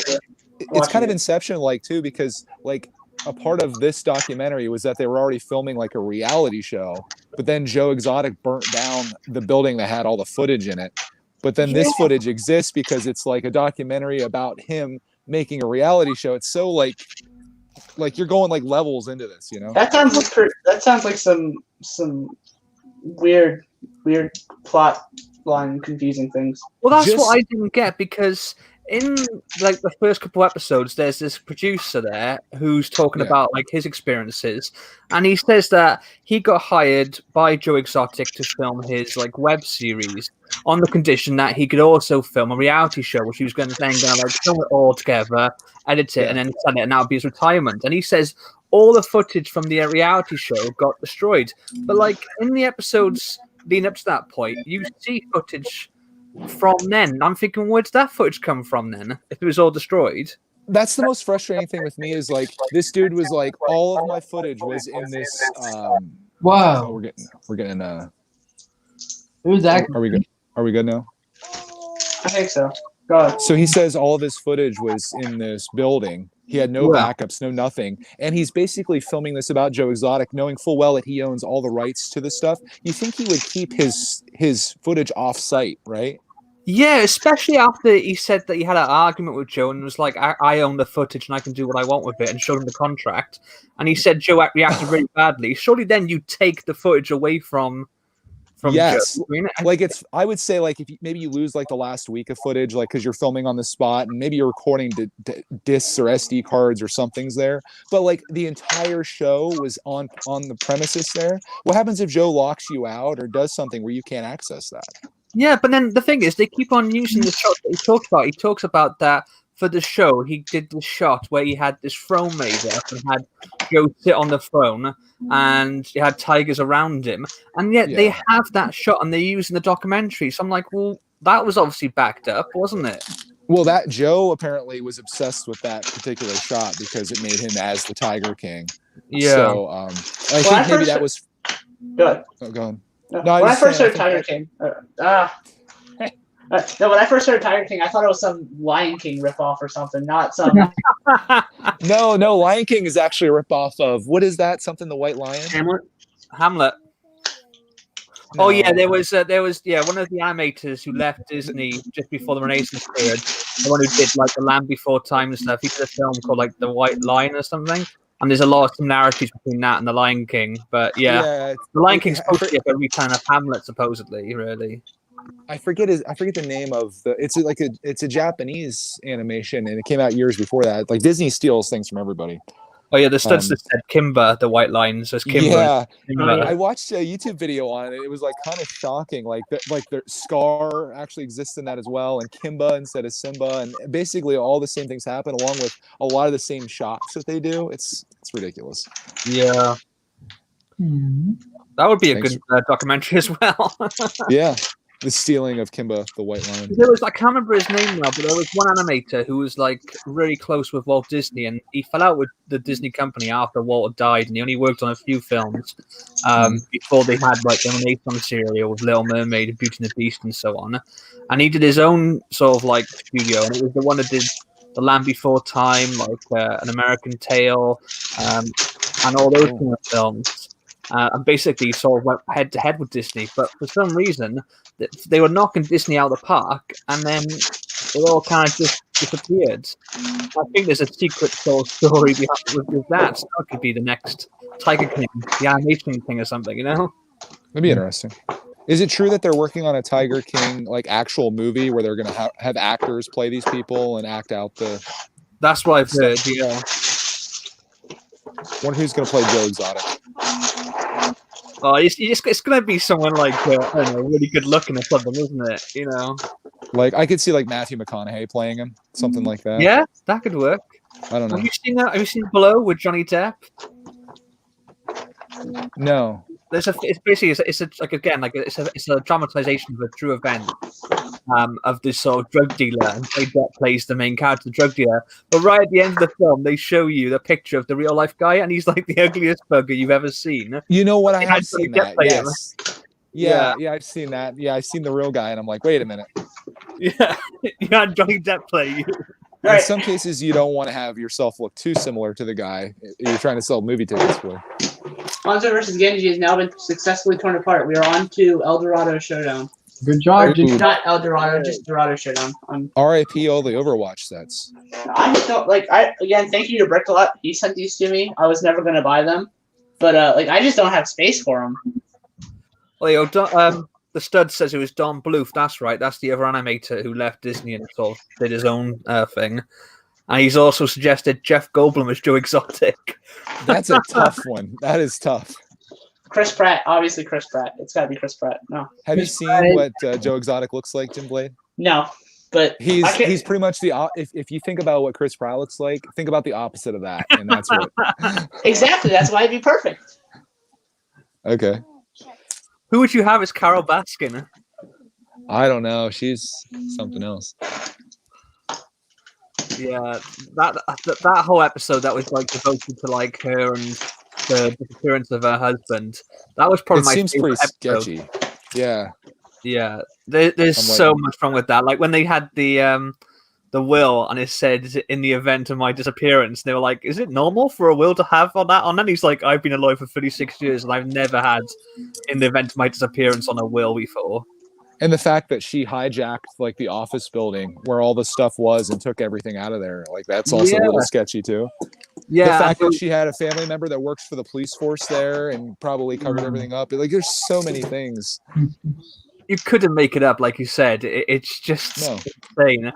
And I think this guy who obviously did this series, he started 5 years ago, he said, and he started just doing things about like the reptile sort of industry in America. And then it went on to like, you know, the big cat sort of culture and turned into sort of almost like a murder mystery, you know? Good for him, man. Like, cause I'm sure this made bank. Probably Netflix probably got the most money off of this because they probably were like, yeah, this is probably gonna be pretty good. We'll pay you whatever to do this. Yeah. And now Netflix, like this is selling subscriptions to Netflix for sure. I don't know if he would have got like, sort of a percentage. I think he would have just got like a flat out fee. Like Netflix would have bought the rights to the show for him for so long. But I guess he's probably selling like the film rights or something like that now. Probably sold the film rights. I mean, if they would have really known what this is going to be, they probably could have cut a 2-hour movie out of this and put it out in theaters, and people would have watched it. I mean, the fact that they couldn't right now. Well, yeah. Yeah, I guess they can't, but I think it's also great timing. Like everyone's at home looking for something to watch, and it is something that's quite easy to binge. Tell me about it. What perfect timing! Like you see all these movies in the theaters kind of like failing, or like the timing's not right. In this case, everyone's sitting home waiting for something, and this magical binge-worthy show just pops up, and there it is. Yeah. Sorry to anybody that's listening or watching this that hasn't seen Tiger King, because we've kind of spoiled some things, and maybe we're talking about something you have no interest in, but. Well, the thing is, I don't care about it, but I'm enjoying this. It's worth I a don't watch. think you can spoil it because I was in the stream when Ryan was talking about it, and he pretty much said like the main sort of big twists that happen in it. But when I watched it, because I didn't have the context, it was still fresh for me. And even then, it's one of those things that you almost have to sort of see to believe, you know? I feel like you have to kind of spoil it just to get people to give it a chance. Because if you tell the most basic premise, you're like this gay country western singing cowboy dude that has big cats, and you're like, not really my style. I don't think. So give it a rating from 1 to 10. What would you? I mean, it's not like blockbuster whatever material, but it's worth your time if you're bored and you're watching this stream right now. I knew that was coming. If you have no life enough to be watching or participating in this stream, you should watch Tiger King. Is it worth a Netflix subscription? Netflix alone is worth a Netflix subscription. Yeah. What I would say is, I don't know. it's almost required watching. I think it's something that everyone should at least watch and have, because it's one of those things I feel like people are going to talk about for ages. Yeah. And Yeah. I feel like if you come away and go, well, I don't really agree with that, or I didn't really enjoy it, I think it's one of those things that you have to see for yourself. He's apparently appealing his sentencing or whatever. So I'm curious to see like if he somehow gets like a big time lawyer on this, because I'm sure he could at this point. Somebody wants to see Joe Exotic free. If he gets a big time lawyer on this and public opinion is kind of skewed in the positive light for him, he could get out of jail potentially, which would be Well, amazing. that was the thing. Like when they did, they kind of rushed the court case thing, but Yeah. from what they were saying, the little part that they did talk about, he should have almost got off. They were saying that he defended himself. I didn't know that. He sort of took the stand, which everyone told him not to, but he had an answer for everything. He was quite convincing. What he said seemed to make sense, but he was still found guilty, and it was a bit like. And then the fact that neither that Jeff or that other guy have had any sort of charges against them, and yet he says like, "Oh, did I encourage him to sort of go ahead with hiring someone for the murder? Yeah, of course I did, because I wanted to get him on tape saying it, so I could get him in jail." I'm thinking, For well, the fact that he entrapment? I would say so. Like he gave him the $3,000. He gave Joe $3,000 to give his buddy that money to go kill her, which he said he was never going to do anyway. Like to me, it just seems so set up. Like really, what you have to prove, I guess, is that Joe gave him the money with that intent. But like, does that justify 22 years in jail? Like, I feel like if you actually killed her, maybe. Like if you paid someone to kill her. I just feel like he was full of. They crap. got him on animal charges too. And that was the thing. Like they said they were going to do everything at once because people are more passionate about hurting animals than they are about potentially hurting a person. Yeah, that is true. That is true. That. Yeah, like And if I said like this guy killed tigers and shot tigers, or if I said he tried to have a woman killed, what would you be more upset about? Yeah, exactly. Yeah, I mean, I think my personal, just obviously from what I've seen, I feel like he's a kind of guy that would talk about it but wouldn't go through with it, because they said they tried to set him up, or they had one of the guys take a federal agent undercover, and this guy said to Joe, "Oh, this is a guy who can get a kill for you." And they talked about it, but then Joe never followed up on it. He never got the money, never given the burner phone or anything like that. And I feel like that's the kind of guy he was. He'd talk about it and go, "Yeah, I'm going to plan to have her killed. I'm going to hire a guy," and then never see it through. And that's why I feel like the whole thing with Jeff, I feel like he stitched him up, really. Yeah, Jeff set him up from the beginning, like with the whole like write the zoo over into my name and we'll all be good here, and like this feud with this lady destroyed him. Yeah, because she like it took everything he had, all the money he had. He should have just let her go and ignored it. He definitely ruined his life. Because like you can see in the footage at the start when he is he's about having fun, but he is got genuine care for the animals. But by like the footage at the end of the show, that's pretty much evaporated. He doesn't even mention the animals really, apart from I think they did like the one clip where he talks about the two chimpanzees. Did you see that bit? Yeah, and he said like he felt bad for him because he kept them separated their entire lives. Yeah. I think he was generally a good guy that just became obsessed with fame and his reputation, and that destroyed him. And the one thing to learn about the court system that he probably should have known is that the person with the most money is always going to win. Oh, obviously. Yeah. And like that, his wife or his enemy, that Carol lady, had infinite funds from her husband, so that was the end of that. They were just going to bleed him out. Oh god. The stud has a comment. Give it a watch, Djinnblade. Oh, I'll definitely consider. But the stud has a comment said this show would have made a better Cats movie than the Cats movie from last December. Oh, shots fired.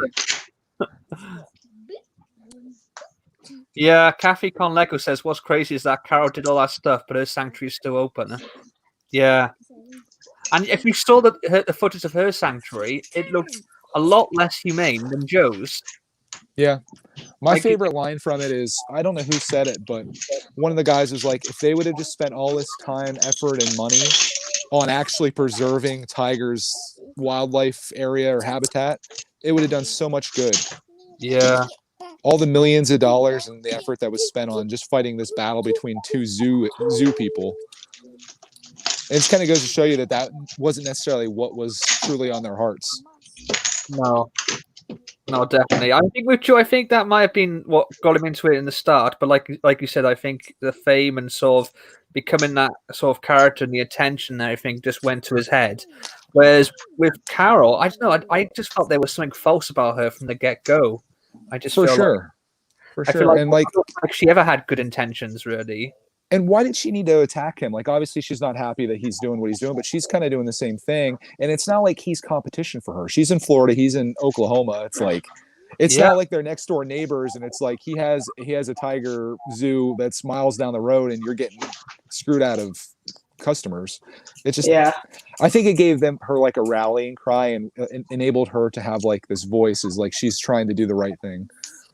Well, I think even Joe admitted in one clip that he said we've both made money off this sort of feud between us. And I think it's almost like what you said about the fake drama. It was almost like, they're having them have this rivalry, creating a buzz and creating people wanting to go and see it, and that curiosity. Oh, let's see the one that hates Carol, the one that hates Joe, and it went so far that it became something that destroyed his life.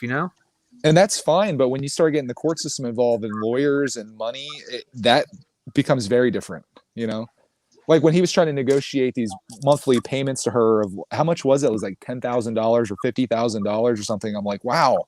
Yeah. How are you ever going to do this? Yeah. And like the thing was as well, it's like they said they were willing to negotiate with him and sort of be reasonable. And he said, well, in the winter we don't make much money, so how about we pay you more in the summer and less in the winter? And they were like, that's fine. And then they said, Carol, come on the phone. He goes, but in order to do that, I want you to sign your parents' house over to me. And it's like, well, why would you do that? Yeah, I just don't. It's such a personal thing to go after the parents' house, Well, he bled his parents dry too, from what I saw in the documentary. Yeah. Like he ruined everyone's life that was around him, apparently. Yeah. And it just sucks because they could have had a really positive thing there. Like the other workers at the zoo seem to be pretty passionate about their jobs and the animals, so it could have been something positive. You could see that in like the interviews they gave about him. That they said that when they went there, it seemed almost like a haven for people like them. They give them purpose, they give them a home and a family, but it just sort of just disintegrated. It felt like over the course of the years with that feud with Carol and everything. Yeah, the people that worked there kind of felt like carnies to me a little bit. Like they were ragtag people without arms, legs, prison people. It was something. Yeah. Anyway, Djinnblade, sorry to sabotage your stream. I don't care. You have to retitle this Tiger King analysis stream. Yeah. Now you have no reason to watch it, Djinnblade. You pretty much have heard everything there is to know about it. But you could watch. It just sounds like really weird, and I kind of like Cut the Craggle said. It just sounds like saying it out loud makes it sound really weird. Yeah, it's fascinating though. It really is. Yeah, I mean, it's an inappropriate show for you, Djinnblade. You can watch how someone's hatred towards someone else can absolutely destroy them. Yeah. Just like Anakin.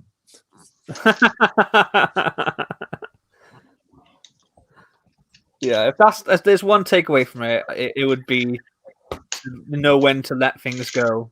I think how your hatred of someone can ultimately destroy you rather than them.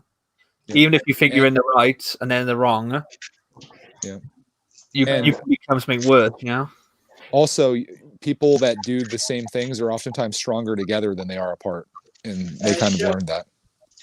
I like the Star Wars community. I mean, yeah. Apparently, Carol's getting all kinds of death threats and stuff now too, because people are pretty fired up about her. I know Ryan said he hated her a couple times. Yeah, she's something, man.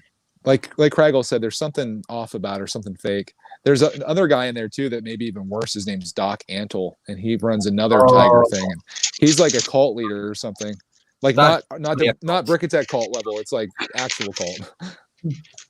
Yeah, that was an actual cult. Have you been lying to people? Yeah, apparently. I'll tell you what. Well, that's quite funny. Now I've watched it. I watched the Honest trailer. Yeah. And the observations in that are completely spot on of Tiger King. It doesn't criticize the show, but more like it makes observations on what you see, and it's yeah. I forgot about Honest Trail. I used to watch that all the time back in the day. I should resubscribe to that. Yeah, I don't really watch them anymore, but that one popped up. That's right. That goes back to what we were talking about before with devices listening to you. Honestly, my device knew somehow I was watching Tiger King on a completely other device, and then recommended me Oh boy. a video about it. That's quite creepy. Another thing I like that's along those lines is, have you ever seen bad lip reading? I've seen that. They do that for the NFL. Like they do that for the NFL season every once in a Oh, the while. NFL one. I was laughing so hard at one of the clips in there. I rewatched that same clip probably 7 times, and we were laughing at it. The one guy's you know when they're saying their names, they have the player come up and he says his name. Oh yeah. On You know, like they say, like their intro. I'm Billy Bob from LSU or whatever. Like The one Djinnblade, the one guy- 804, Penn State University. The one guy goes, "Goblin," and I was just laughing so hard at it for some reason. It seems so stupid when you say it out of context, but I just kept rewatching it, and I love the Tom Brady voice that he was using too. That was so funny. Have you seen the Empire Strikes Back song one with the Eagles? No. Oh, there's a great one where they've got a song, and it's from the scene in Empire Strikes Back where Luke first meets Yoda, and they've done a lip reading to it, and they've turned this into a song about basically seagulls poking your knees. And Oh my god! It's hilarious. But the thing is, the voice they got for Mark Hamill's Luke actually sounds a bit like him, to the point where I had to look it up to see whether or not he had done the voice himself. He does a lot of voice acting, so I wouldn't be surprised. And he seems like he'd be a good sport for that too. Speaking of Mark Hamill, there was a question we were watching Game Show Network, and one of the questions was, this actor made a name for himself playing Luke Skywalker, and it was just random, I don't know what you would call it, random thing, but that happened today, so. Did they guess it right? Yeah, no, they got it right. I guessed it right too, so. I like to sit and watch game shows sometimes, so. If you like game shows, you'll love Tiger King. I don't think I not- like anything like a game show. It has nothing to do with game shows. I don't know. Oh, I'm just okay. trying to sell you on it. But I can imagine he would love to be a game show host. I imagine if you watch Tiger King, someday it will be a game show question, like on Jeopardy or something. Oh yeah, like this whole coronavirus thing or Chima or whatever. Like that'll be a question on Jeopardy, no doubt. Speaking of Jeopardy, how's Alex Trebek doing? Is he still? I think haven't he's doing okay. I hope so. He's I like love my that guy. favorite game show host, though. Like It's such a shame though. You know he has pancreatic cancer, I think, right? Yeah. That sucks. Like, is Jeopardy gonna end? I don't think it's gonna end, but it's gonna be weird having another host. Like he's literally done it the entire length of the show. Yeah. Oh wow. Yeah, I think they said that they will be. They're already looking into getting under. You have Bob Barker, who was the Price is Right guy forever, and Drew Carey took that over, and it seems to be doing okay. So it's just, I don't know. It's just that show is like, it's him, like that is Jeopardy. Like, Wheel of Fortune is Pat Sajak and Vanna White. Like because when Pat Sajak went to get surgery, Vanna White was the host, and it was just like, oh, this is weird. Like this is not normal. You know what I love about her and just that show in general is the fact that they kind of had her on as just the model that would turn the letters. But here she is, probably in her 50s at least, and she's still rocking it. That's pretty cool. I'm pretty sure she's older than that, Greg. You think she's in her 60s? Hold on 1 second. It seems like a push, but she may be. But it's like they could have replaced her 10 times over at this point, but she's still doing it. She is 63 years old. Are you serious? Pat Sajak is 73. My God. I could see Pat Sajak. He's had some face work done on him, but I'm sure Vanna has as well. Oh yeah, I mean Pat Sajak, I think he's Botoxed up. Oh, Family Feud. Dude, have you watched Family Feud with Steve Harvey? Steve Harvey, yes. Love it. I love Steve Harvey. When he when people say something just silly and he looks at the camera, I just love that so much. Oh my God, yes. When he makes fun of people, it's fantastic. Yeah. And he makes fun of their answers too. They really set people up sometimes though. for It's some Family crazy Feud, stuff. I think it's basically the UK equivalent is Family Fortunes. Is it like you have two families and they have to like say like answer to the question and the most popular answer is wins? Is that right? Yep, exactly that. Yep. Yeah, we had a Family Fortunes over here. It was stupid though because they had one host who had done it pretty much since it started, and then he left, and they brought another host in. But what they did is they made it all the time. It was always celebrities, which like for the first one was maybe a bit of novelty, but then you just didn't care because it was like they were saying they were playing for charity, but really it was like the fun of it was seeing sort of working class or everyday families on there and how they would react and how they would work or bicker or whatever. Yeah. They've done celebrity ones here as well, but it's not commonplace. It's usually just normal families. I tell you, one of my favorite game shows of all time. They don't air it anymore for some reason, but it was Lingo. It was like I forget what how you played it, but it was. I loved watching it. I feel like I've heard of that Lingo. Lingo, yeah, it's bingo with an L. Do they have like catchphrase over there? Do they have a version of that? Catchphrase. Describe it. So with catchphrase, they basically have like these short animations on the screen, and it's normally sort of basically represents like a popular phrase or a term, and you have to sort of then say what it is. So the sort of slogan is say what you see. Is that Wheel of Fortune? No. No. So it basically they have the big screen. They have like these animations on there, and it will be like a catchphrase or a proverb or a saying, but it will be sort of done as if it's almost literal, and you have to sort of guess what it is. Oh, yeah, we don't have anything like that as far as I know. Not that I'm aware of. Unless anyone's heard of something like that. I've never heard of anything like it. Yeah, but another game show I've been watching a lot of lately. It's obviously it's not over in the UK, but America Says. It's like it's a survey of 100 people, and the top 7 answers you have to get them all right to get point. Like every answer is worth 100, 200, 300 points, and then if you get them all right, you sweep the board. You get an extra 1,000, 2,000, 3,000 points depending on what round you're in. Oh, but I really like it. It's just Something a bit like called Pointless, where they do like a survey. It's almost like a reverse Family Feud or Family Fortunes, where they'll do a survey and they'll ask people a question and they have the answers. But what they'll do is they'll take all the correct answers that people gave, and you have to then basically sort of say the correct answer with the lowest amount of people said. So they're say name 10 countries that begin with and you have to sort of try and get a correct answer that had the lowest amount of people say it when they did the survey. Oh, it's like the opposite of Family Feud then almost. Yeah. Instead of trying to get the most popular. That sounds really hard though, doesn't it?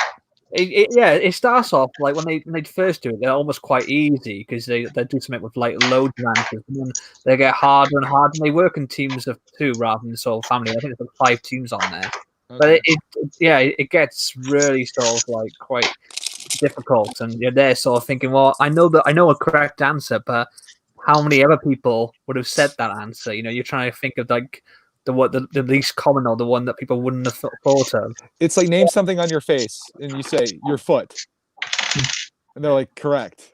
No, that's the thing. It has to be a correct answer. So but all it takes is one person to say something absolutely stupid though, and it could be that could be the answer then, right? Yeah, but only if it's correct. So obviously your foot's not on your face. They wouldn't count that. Okay. They only take the correct answers. So you have to think of the correct answer that people either wouldn't have said, or so it could be like a mole or something like that, or because it wouldn't be your nose, eyes, mouth. It'd be something off the wall. Yeah, exactly. Weird. That's weird. That'd be difficult. Alexis Gallagher says The Chase is a good show. I don't know if it's in the U.S. It is in the U.S. That's where the Mark Hamill question was. The Chase. It's I don't know how to explain it, but it's The Chase. Yeah, I saw the US version of The Chase. I gotta be honest, I wasn't impressed, and I love the UK version, but the US one, I don't know, it didn't seem as good. They had one of we have I think 4 chasers to choose from who are these masterminds, quiz champions on there. I think they took one of them over to the US, the Beast. Yeah. Yeah. And I don't know. I just felt like his personality changed on the US show. I don't know whether they were telling him to play it up more or whatever, but it just felt like he wasn't the same sort of person that he was on the UK version of the show. Oh no, I really like this show. I like it a lot. I like watching a lot of these game shows and stuff. It's entertaining when you have nothing better to do except sit and wallow in your misery. Yeah. It's actually how I bonded with my fiance's father, so my father-in-law to be, because before I met him, I was told he probably wouldn't want to speak to me, doesn't really talk to anyone outside sort of the family, and he sort of just mutters and grunts at them. And when we went to sort of visit her family and stay with them for the first time, she was my girlfriend at the time, my fiance now, she went out with her sister and her mother and left me in the house with her dad in the front room. No. He was watching Catchphrase, and it was the old 80s catchphrase on there. And basically, I was getting them all right. And apparently, that's how I earned his respect. And now he likes me, and we get on really well. So, wow, success. Yeah. Your trivia knowledge or whatever has somehow saved you. Basically, yeah. And That's it's cool. the point now that when we go round there, if he hears my voice, because you sort of enter a parent's house through the back door, rather than the front. So if he's sat in the front and he hears my voice, he comes out and speaks to me, which apparently he doesn't do with anyone. Wow. And that's all thanks to me sort of impressing him with my knowledge on Catchphrase. Very nice. All right, the last set is done. Wow. Nice. Good job. How many sets did you get done? 5. That's good. I think I'm going to do another episode of the number 2 show tomorrow night. I still have so many left to do. I only did 4 the other day. Yeah, I was there. I was there basically the entire time. I was the only mod in the chat for a good bit of the time. Where was Mahan at? I don't know. Slacker. Oh, Alexis Gallery says, I love watching this show called Peppa Pig, but I don't know if it's in the US. Oh, it is. Oh my god, they made it. It's so dumb. It's awful. Daddy Pig. I saw an article the other day that apparently some American parents are complaining that their kids are starting to talk with English accents because they watch so much Peppa Pig. Clark does sometimes. Oh, Really? Like he'll say certain words because they say certain things. Like, would you like a potato? 'Cause that's something that comes up every once in a while. And he's like, Daddy Pig, would you like a potato? I never watched the show, but is it true that they when they have breakfast they have bacon and eggs even though they're pigs? Is that true? Oh, Yeah. that's ironic. That is true. Oh my word! I saw one article that was hating on that show because of how they portray the father as he's just this idiot or whatever, and he's a character. So He's something, all right. That's for sure. I don't really pay much attention to the show, but we watch it. Don't lie to us, Greg. We all know you sit there and thoroughly pay attention. Dude, I'll tell you the show I'm thoroughly paying attention to right now from 1985 is G.I. Joe. I'm loving it. No, you gotta watch Ninjago. Is that the one where they used to do those public service announcements yes. Kids don't do drugs? And they go, oh, now I know. Here's a comment. The more you know. They're not in this. They're not in the show, so it must have been something that came on after. But each show is only about 20. With commercials 22 minutes long, so you can crank through these things real fast. Greg, here's a comment for you. What? The father reminds me of Greg. Oh, jeez. After I just said all the bad things about him, that reminds you of me? That's terrible. Wow, yeah, that is brutal. Wow. I don't think I'm as bad as Daddy Pig. It could be worse. He could say Joe Exotic reminds him of you. That would be even worse than that, I think. He'd probably be more offended. I was thinking, actually, when I finished watching Tiger King, that if he isn't already, Ryan should really do a spoof version of that with different Lego YouTubers. Oh my god! The one thing about Joe, though, I mean, that you could say is that he is very entertaining and engaging, which is a cool thing, I suppose. People love him, even though he's done bad things. People love him. It could be a crossover there, G.I. Joe Exotic. Yeah, about GI Joe though. If you guys, I don't know if anyone has Discovery Family Channel or whatever, but it's on at like 6 o'clock in the morning, and I just have them recording DVR. So I have like 90 of these episodes recorded. There's like I forget how many seasons, but I think we have like 4 or 5 seasons on there. And we just started watching it, and I find it really engaging. Like it's super cheesy, but it's made by the Marvel Productions. So Marvel is the company that did it. So Djinnblade may be interested. And the storylines are kind of cheesy, and no one actually gets killed or shot because it's for kids. But it's fun to watch, and I find it to be pretty good. It's better than Ninjago. I'll say that. Growing up, was it GI Joe? Or was there another one when you? GI Joe was before my time. I was born in the very end of '84, and this show was like 1985-ish. So I was too young to get it. I was into Teenage Mutant Ninja Turtles. I don't know if that was the thing that you guys were super into. Kind of. I like the newer one. If basically Ninjago is the modern day Teenage Mutant Ninja Turtles. Kind of, but you have multicolored heroes that have a master. These guys live in the sewer, but they fight crime and stuff, and that's kind of what Ninjago is. I think Ninja love that. They live in a very beautiful monastery.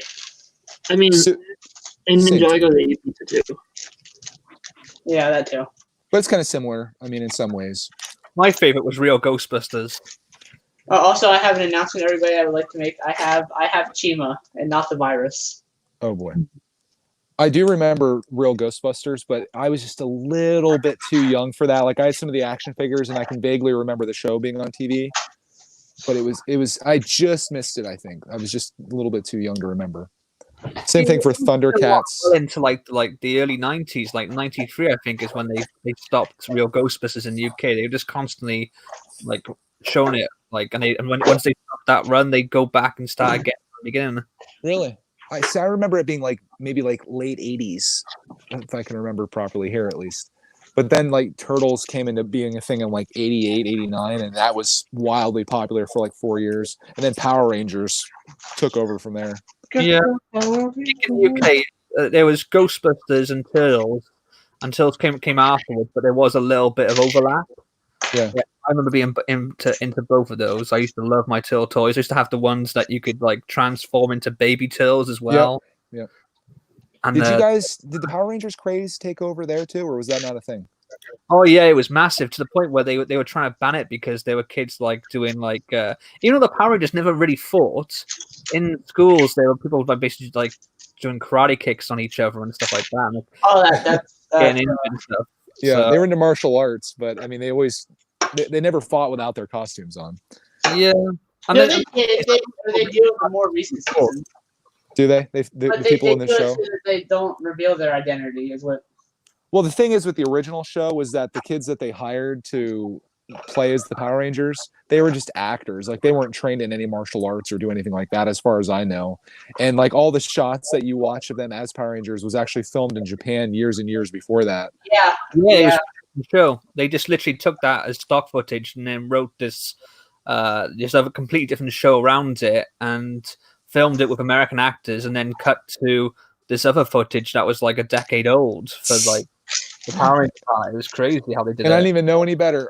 Did you watch The Toys That Made Us on Power Rangers? Yeah, I did. Yeah. Ooh, that was so good. I didn't know that was a thing. The fact that Stan Lee was the guy that was pushing for this show to come and like people didn't believe in it or believe in him, I'm just like, bro, you got to listen to this guy. He knows his stuff. I gotta watch that. I think that's. There was a time, even with its massive success, that Stan Lee wasn't really sort of like held in the same regards. You know, it was only sort of, I think, going into the late '90s and noughties that people started to sort of, you know, actually respect him properly outside, like, you know, the small comic community, really.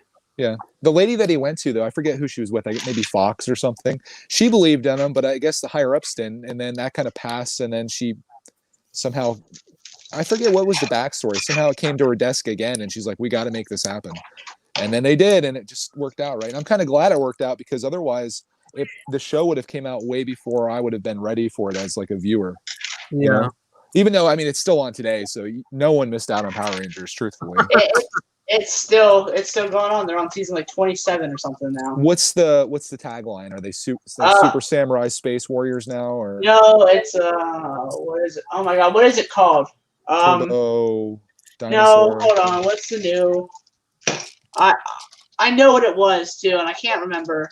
All I know it was Dino Charge.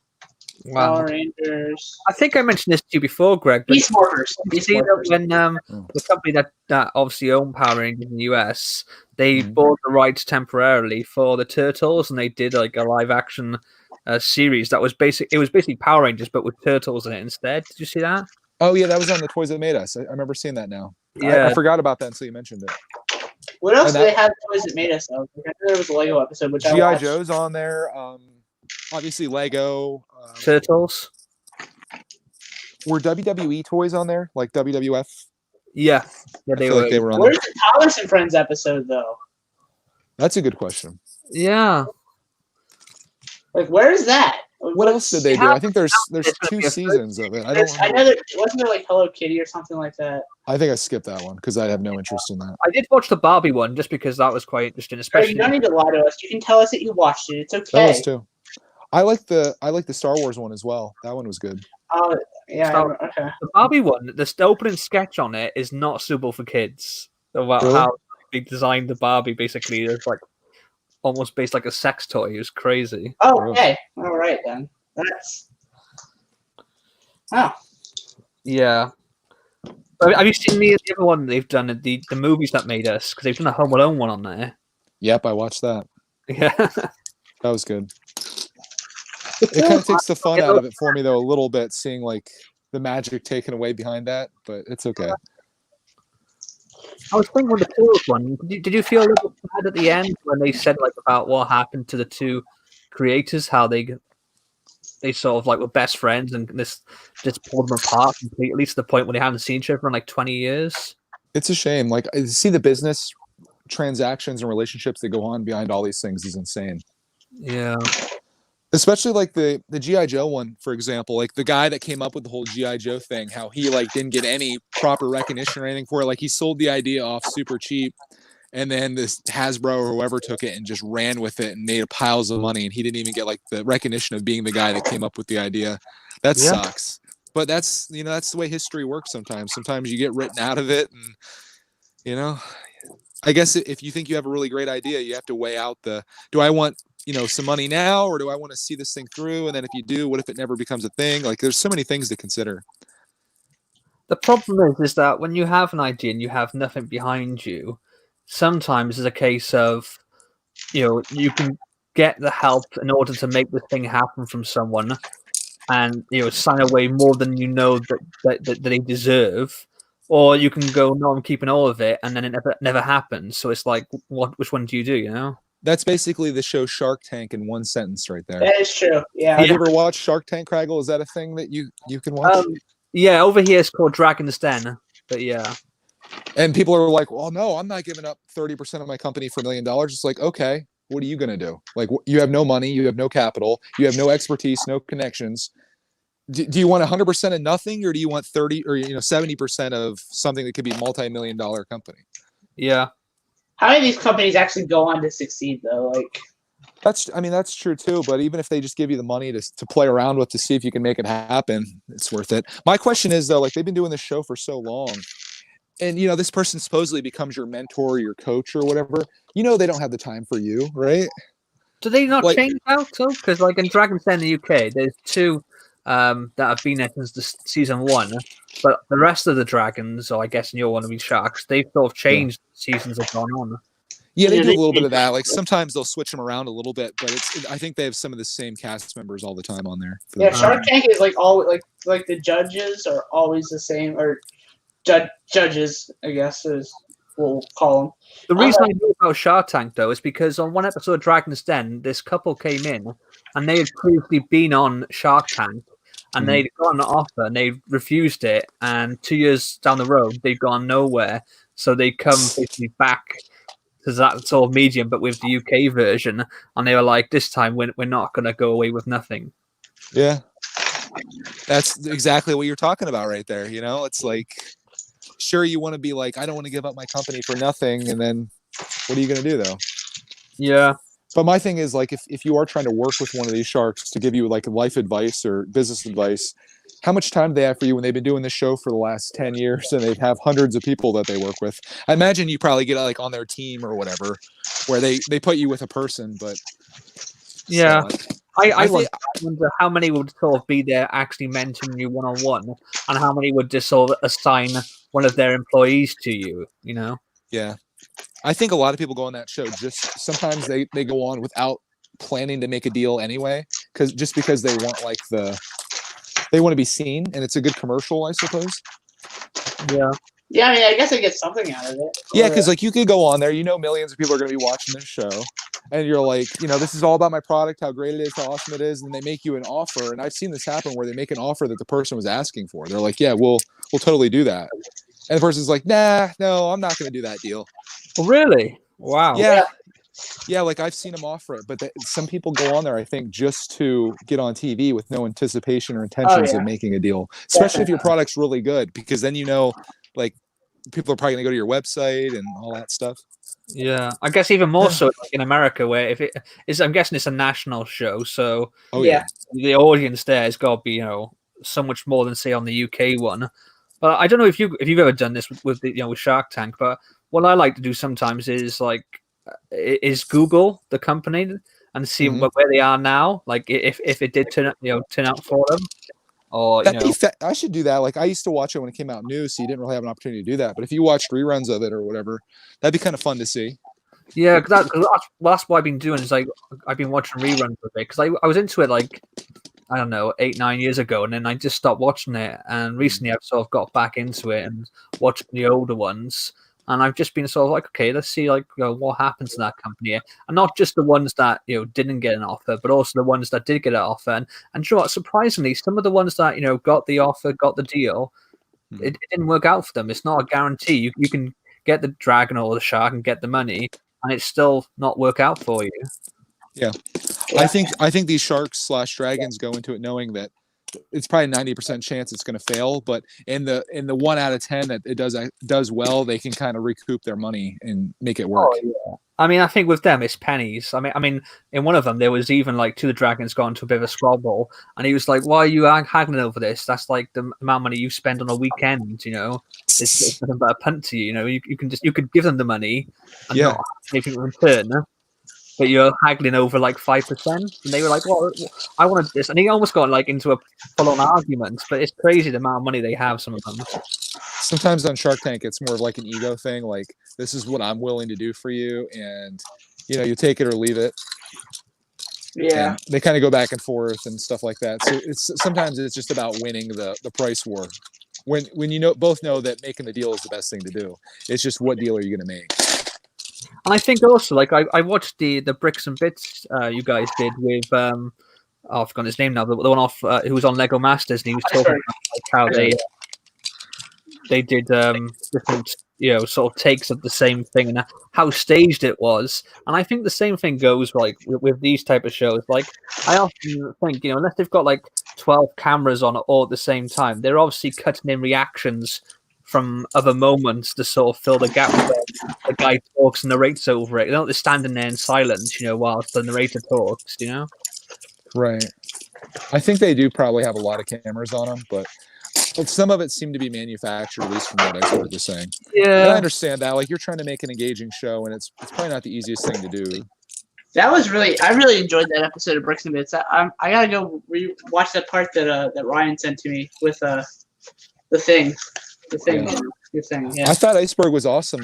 He wasn't trying to be politically correct or anything like that. He was just telling it how it was. And I asked him every question that I could think that I wanted answered, and he answered everything honestly, as far as I could tell. I respect. If you tell it how it is, I'll respect you. It's that's. Because you could have somebody come on there and be like, "Yeah, it was a really great experience. I thought I learned a lot from it, and all this." And I'd rather someone be like, "Yeah, it kind of sucked, and this is why, and I got really nothing out of it. And this is manufactured. This isn't real." I was more curious, more than anything, about the behind the scenes stuff and what was going on, with Will Arnett, when the show, when they weren't on him, what was he doing? And I don't know, I just thought it to be very interesting what he had to say. Oh no, I tweeted about the rule with the bridge, and he said that the soundbite when the guy said, "Oh, we need to make sure that it does this," was taken from earlier on when they first started building, and obviously over the hours they forgot that. But they in the edit they put it right before, so it looked like they knew that they almost were doing something untoward. And that's what I was trying to say with Dragon's Den, is that sometimes like there'd be a reaction, and like it'd be a really extreme reaction, and you think, was that really to what they just said then, or is it like sort of cut that way and she was reacting to something else? And sometimes the conversation sort of jumps and you think, well, we've obviously missed part of it out here, you know? Yeah, anytime you change the camera angle, it's like unless there's a clock in the background or something, it's hard to say like when that reaction's from. Yeah. I mean, I think the classic rule is reality TV isn't reality. No, It's entertainment. Yeah. I mean, I did, film and cinema and TV in university, and one of the things that we did was documentary, and one of the first lessons we learned was that documentary can be just as fictional as like fictional film, you know? Yeah. Alexis's gallery says not a fan of Will Arnett. I thought I liked him at first, but then I feel like his shtick got kind of old after a little bit. Like it was like, okay, this is what he's doing here, and we got it. We're good. There's only one thing that I can say I disliked about the show, and it was the guest judges. Like, Yeah. like who are you? For Lord Miller. Lord Miller. That was yeah. But other than that, like, who are you guys? What are you? Who are you, and what are you doing here? Yeah. Terry wasn't awful, but he still didn't like make. He didn't add It was anything. weird that they kicked out the guest judges before the judging. They weren't guest judges though; they were just cameos. Like it was Well, just. yeah. Okay. They weren't there to judge. They were just there for entertainment or whatever. And to make the connection as to why they're on the show, I didn't really find that in any of the judges, except for the ones that actually like did the Lego Batman movie. That made sense. Yeah. But of all the Lego people in The the first world, like why are you bringing on Blossom or whatever? Like what's her purpose in this place? Have they said now that it's finished if they're going to do a second series in the US? Or? I heard that they advertised the thing to sign up for season 2. So I mean. But that doesn't mean that it's going to go on air. Like they could just be like, well, we don't know how this is going to go, so we'll get people signed up. We'll get the contestants running through. They might even film it and then have it not go on. Yeah. I feel like BFAB said the ratings were dropping like rocks, so I don't know if that's true or not. But. From what I've obviously only seen clips and what you guys have said and what I've heard from other people, it's almost like they didn't have enough confidence in the show in the format that it was sort of like in the UK and or in Australia, and they had to have like these things like with the guests breaking through the wall and have this other stuff going on there, and this sort of manufactured drama to sort of sell it to a more mainstream audience, which I saw when I watched the Australia one. I saw a little bit of that it moved from the UK one, which was the original, to be a bit more sort of stylized, a bit more sort of heightened drama. And I think then with the American one, I think they took even a further step away. I mean, actually, I can agree with that. Yeah. Like a Lego competition, it's a reality show. I think they were thinking that the show's probably not going to do good enough on its own, and they're like, "What can we do to spice this up a little bit?" And that's what it came down to be. The stud has a comment here. C-3PO was the worst guest in my opinion, just because the voice for him was terrible. Who? C-3PO. Oh. I thought that was kind of okay. Like, okay, it's a Star Wars character. Lego Star Wars is the thing. But to have the girl from The Big Bang Theory, like, I didn't even know that's what she was from, and I don't think they truly fully explained that either. And the only connection to that being that I think it's probably a Fox show, I imagine, and the fact that they made a Lego set out of it was the only thing that connected her to that show. It was just so dumb. Big Bang Theory, is it a Fox show? It's Nickelodeon. Who owns Nickelodeon? I don't know. Viacom. It's I don't know. It was maybe I missed it. I don't know. It didn't seem to make any sense to me. I saw it was a NBC show. It could be. It's funny because like in the UK, it aired on what's called Channel 4. But I remember about 8 or 9 months prior, there was a documentary on Lego, and it followed basically this basically they're looking for a new designer, and one of the guys who actually got the job was Justin Ramsden, who did the Upside Down set, and it was kind of like a sort of documentary series about Lego, how they look for a new designer and what they do. And also this guy who had been in love with Lego, who he was applying for the job and what he was going through. And then after that, then I know that was like a bit of a sleeper hit. Like I don't think they realized how popular it was, and I think they did Lego Masters off the back of that. When Lego Masters came out in the UK, it sort of, it was again, even though they sort of did it because the documentary was popular, it was another sleeper hit. Like people who you weren't even into Lego were talking about it in work, and people were were tweeting about it and stuff. And that's why they obviously did the second series, and then so it's the Australian, so it's the UK, so it's the US. But I just feel like when it's been sold to other countries, they've not had that same confidence in it, so they've had to sort of like dilute it or put other stuff in there to try and get that sort of mass audience to sort of tune in. And it's so crazy to think that, because like I said before, and somewhere or another, I'm sure I said it, I used to watch this show called Project Runway. It was essentially Lego Masters, only they were making dresses, like garments, to show on the runway.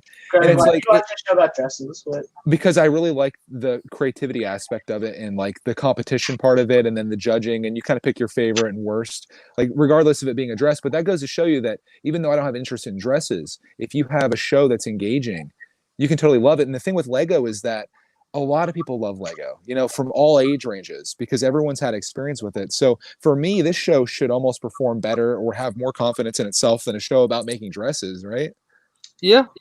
I mean, when the UK one first came out, and I was going to the Lego store and I was talking to the guys in there, and they said that they had noticed like a 30% increase in people coming in and buying sets, and people were asking questions, and they were like, "Oh yeah, have you seen that show on Channel 4? It got me back into Lego." And even if it was only like a temporary thing, to have that for like 6 to 8 weeks and have an increase of 30%, Yeah, that's fantastic. But yeah, I don't get why they didn't have more confidence in just the format. Because the thing is, by diluting it by having like the big host and having the big guest, that's gonna increase the expense anyway. Whereas if you had just done it and focused more on the Lego, it would have kept the expense down. So if it failed, you haven't lost out that much. Whereas by diluting it, you're sort of playing with what is now a sort of tried and tested formula elsewhere, but you're also increasing your expense, so you're increasing your risk then. Yeah. I mean, they could have gotten anyone to host it, to be honest. Like, you could have had a charismatic Lego designer do it. The two guest judges, they probably could have been equally good hosts. You know what I mean? Like, you didn't need to hire Will Arnett to do it. And I admit that he's funny and stuff, but yeah, and I doubt they paid him a fortune to do it. Maybe they did. there's no way. Also, we have an in-our production spotting. Iceberg said he. Oh, it's Ryan. Hi there. Yeah, it's me. What did Iceberg say? You're breaking up there, bud. What did Iceberg say? I think was he the one that said Will Arnett wasn't the one that he didn't want to do the show originally? Did he tell us that? He said that, or Boone said that on his thing? Someone said or that. Or when he was talking to us. I don't know what stream I was in, but someone said that he didn't want to do the show. I know Ryan said that. I know, like. Maybe I heard it from Ryan. Someone else said it to me. I didn't. I definitely didn't. That's not firsthand information I have. Yeah, no. I mean, okay. I think Boone said it in a live stream I was in with him. Okay. Pretty sure. So it came from Will to Boone to you to me. That's how I know about it. Possibly. Yeah, because I think he was talking about like contracts not being done until like the day of. Oh, okay. Or like really close to the deadline or whatever. So yeah, that's I think where that came from. This feels like that whisper game where someone starts by saying something and then it gets changed as you go down the line. Did you hear that Will Arnett held a gun to someone's head and said that he wanted to do the show so bad that he would kill someone to do it? Wait, Will did what with a net? Exactly.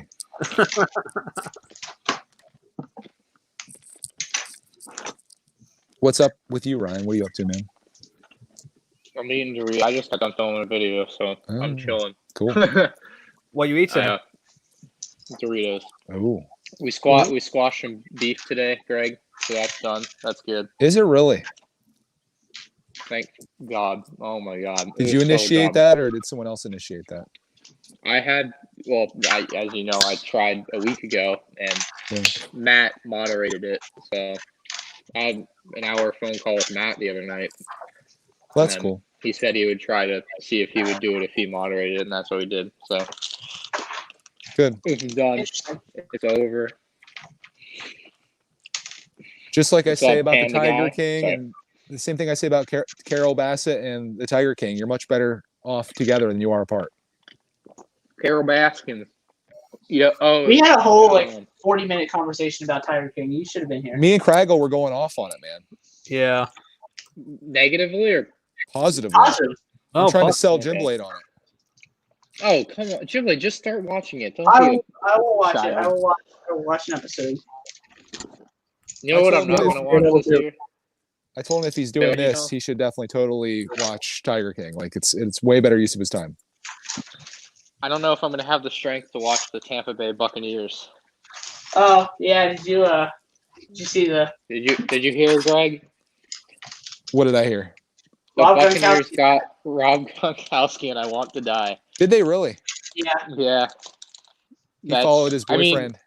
It made sense for the Patriots because, like, otherwise they're just holding on to him for nothing. So they But he traded him for a retired pick. though. But like, Well, they still had his contract. So the That's not Patriots changed. have a pile of money right now. What are they spending that on? They who don't. They don't have a pile of money. they have What? nothing. They have literally nothing. Not Why? A single thing. Where's all of this? I- Where's Tom Brady and Gronk's money going? Tom Brady was I don't owed know. money anyway, and it's just Wow, that's I pretty just terrible. know they definitely don't have a pile of money. I thought that's the way it worked. You let players go that make a lot of money. You would then have that money to spend on no, something else. because it's all the cap. The way the NFL salary cap works is beyond my intelligence and pay grade, but it's really complicated. So It'll be 1 plus 1 doesn't That's equal 2 in the explanation. NFL then.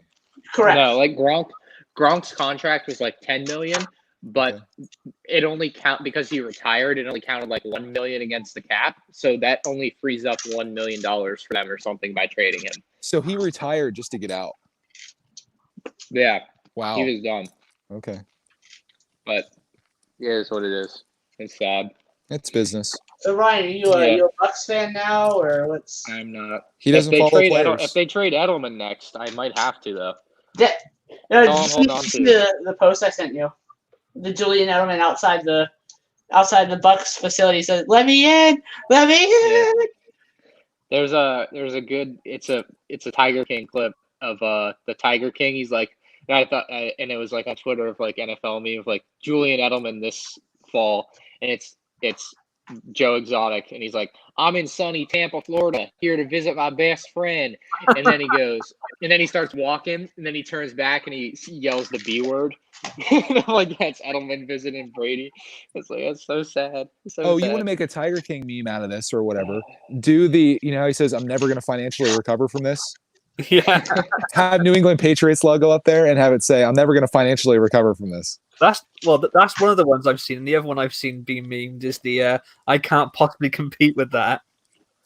Have you seen the Carol Baskin TikTok? the No. song? The rap song? I've Yeah. seen the song that he did on the show. There's a It's like- TikTok. there's a TikTok. It's like a TikTok Carol Baskin rap. It's like Carol Baskin. Kill It's- her husband. It's really catchy. Even Clark was singing it. And I'm like, no, we got to Oh stop. yeah, Oh my 5-year-old sings Carol Baskin new YouTube video. That could be I'm my telling new you, TikTok. that's a good one.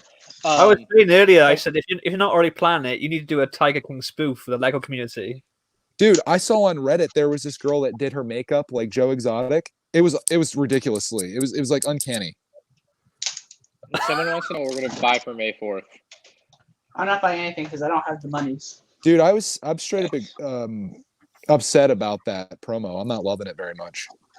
No. I like it. Not really. But like here's the thing though. Like I want to get the Boba Fett helmet and I need a Mandalorian battle pack. So if I'm gonna get those things anyway, I might as well get that promo with it. Well, you still gotta buy something else anyway because that's only gonna bring you to $74.98.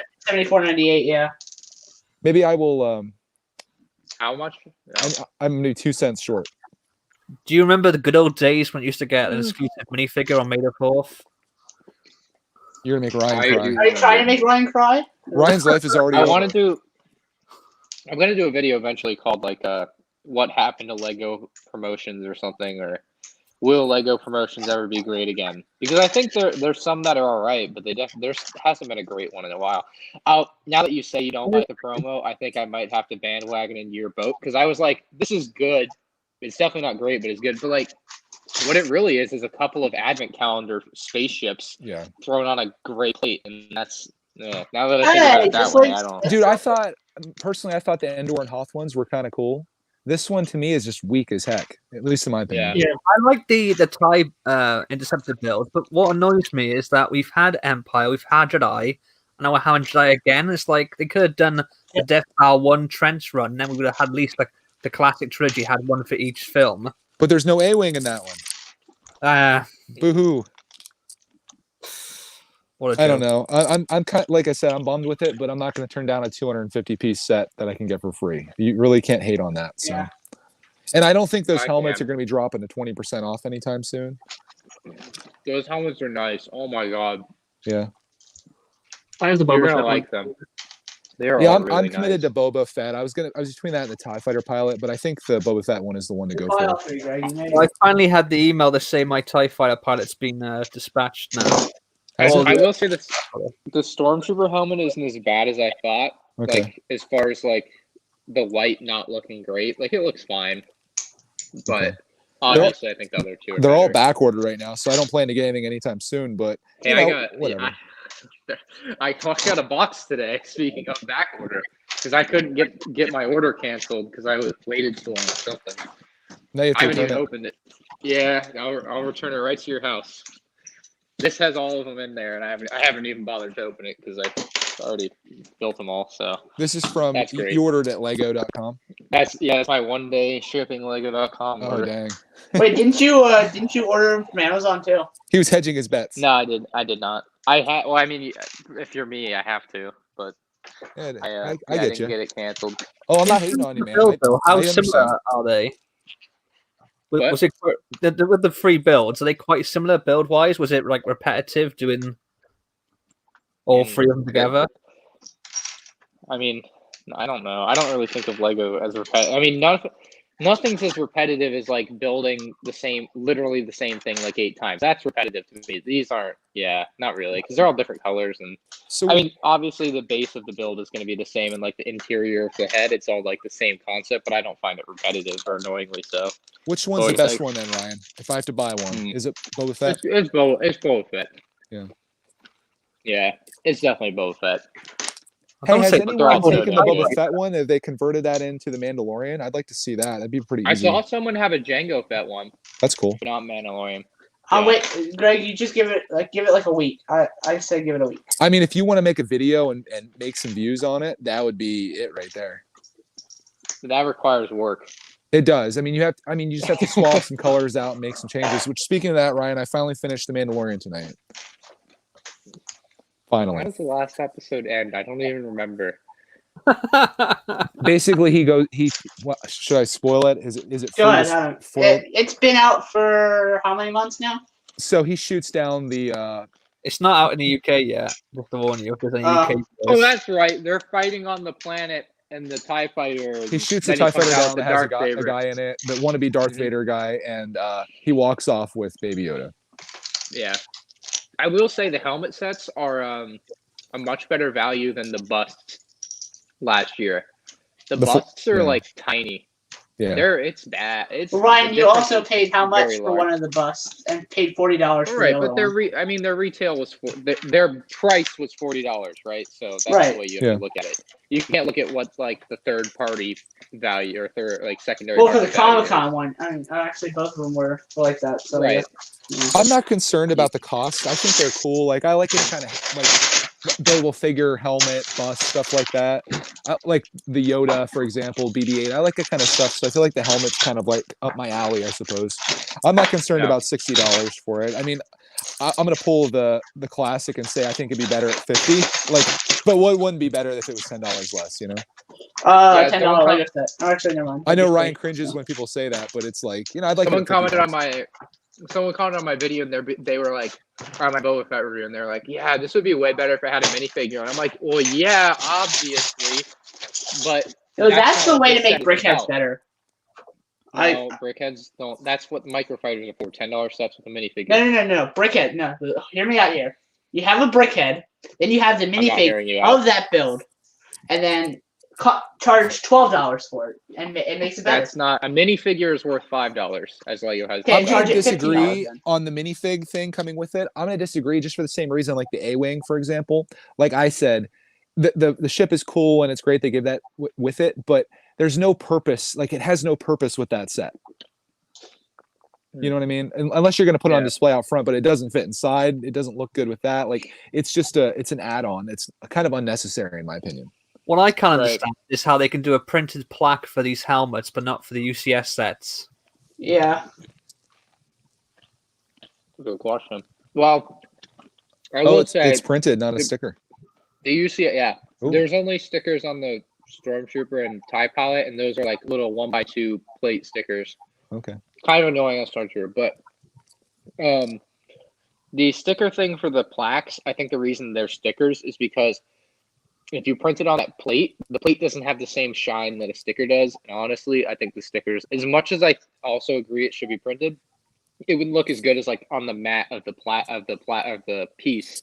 It looks better with the shiny sticker, in my opinion.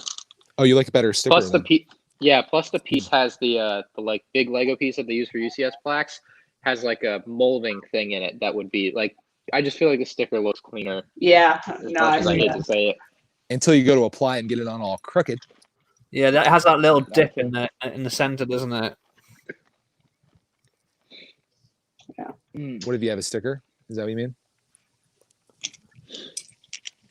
Yeah, on the plaque that you put the sticker on, it has that little mold like injection dip. Oh, I know what you mean. So if you were printing over it, I think it'd be more noticeable. I mean, it's terrible if you get that dip on the sticker, but I think it would look 10 times worse if it was printed. Yeah, I can see that. But I hate stickers, so I think I'll always prefer printed parts over stickers. I think it's time to end here because I have nothing else. I mean, I have a bunch of other stuff to tear apart, but gotta make this an ongoing series, right? But And you got to save your StreamYard time.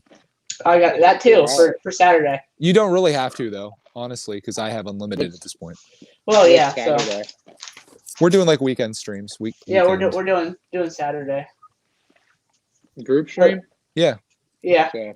Oh, it's Tuesday. I've been sorting and organizing and crap, so we started doing it last weekend, and it was fun. So we're like, let's do this. Yeah, that was. Then it'll be bringing it back, but we had Rogue there. And yeah, that was Ryan was there too. Was Ryan there? Yeah, I think so. I don't remember. He Every was. day's Yeah, a blur right now. he was there, and then he left. They just happened. He appeared and disappeared. Honestly, though, I feel that. I know there was one where you guys couldn't hear me, so that might have been it. That was why you ended up leaving and said we could replace you. Oh, okay. That must be why I don't remember him coming in. I was like, was he there? Yeah, Greg's avatar was Bozo the Clown. If that helps. Yeah. I mean, that's nothing compared to this. So. Yeah, I had to do something. That's now my permanent picture for this. What do we say? Do we wrap it here? Do we? Yeah. I think that's good. Yeah. So, thank you guys all so much for watching the #1 Destruction Show on YouTube. Tune into #2 show tomorrow night. I thought that was Drop Test. Oh, see, Greg, I told you. Wait, is that a thing? Yeah, Drop Tests are technically a destruction show. Oh, and Ryan, shoot. It is definitely a Organized destruction show. then. This is the #1 organized destruction show. No, this is the #1 organized destruction show because I sort all the builds separately and the minifigs separately and everything. So there you go. This is the most organized destruction show on YouTube. Thank you guys all so very much for watching. Thank you to Brick by Brick and I guess Lego Freak for being here. But also thanks to Greg with this face. Oh, and if you want to tune in to the #2 destruction show, I'll be doing one tomorrow night if you'd like to be a part of that. All right. Also, tomorrow night's Bricks and Bits. Don't forget. Oh, maybe it'll have to be Thursday night then. Then cut the You Craggle. can do it before or after, but yeah, just remember. Yeah. And the M&R Productions with a We Want a 501st Battle Pack shirt, which is very outdated. Yeah, no, this is so last year. It's so last year. But thank you guys all so much for watching. We'll catch you guys at some point in the future. If not, definitely on Saturday. See you then. Done.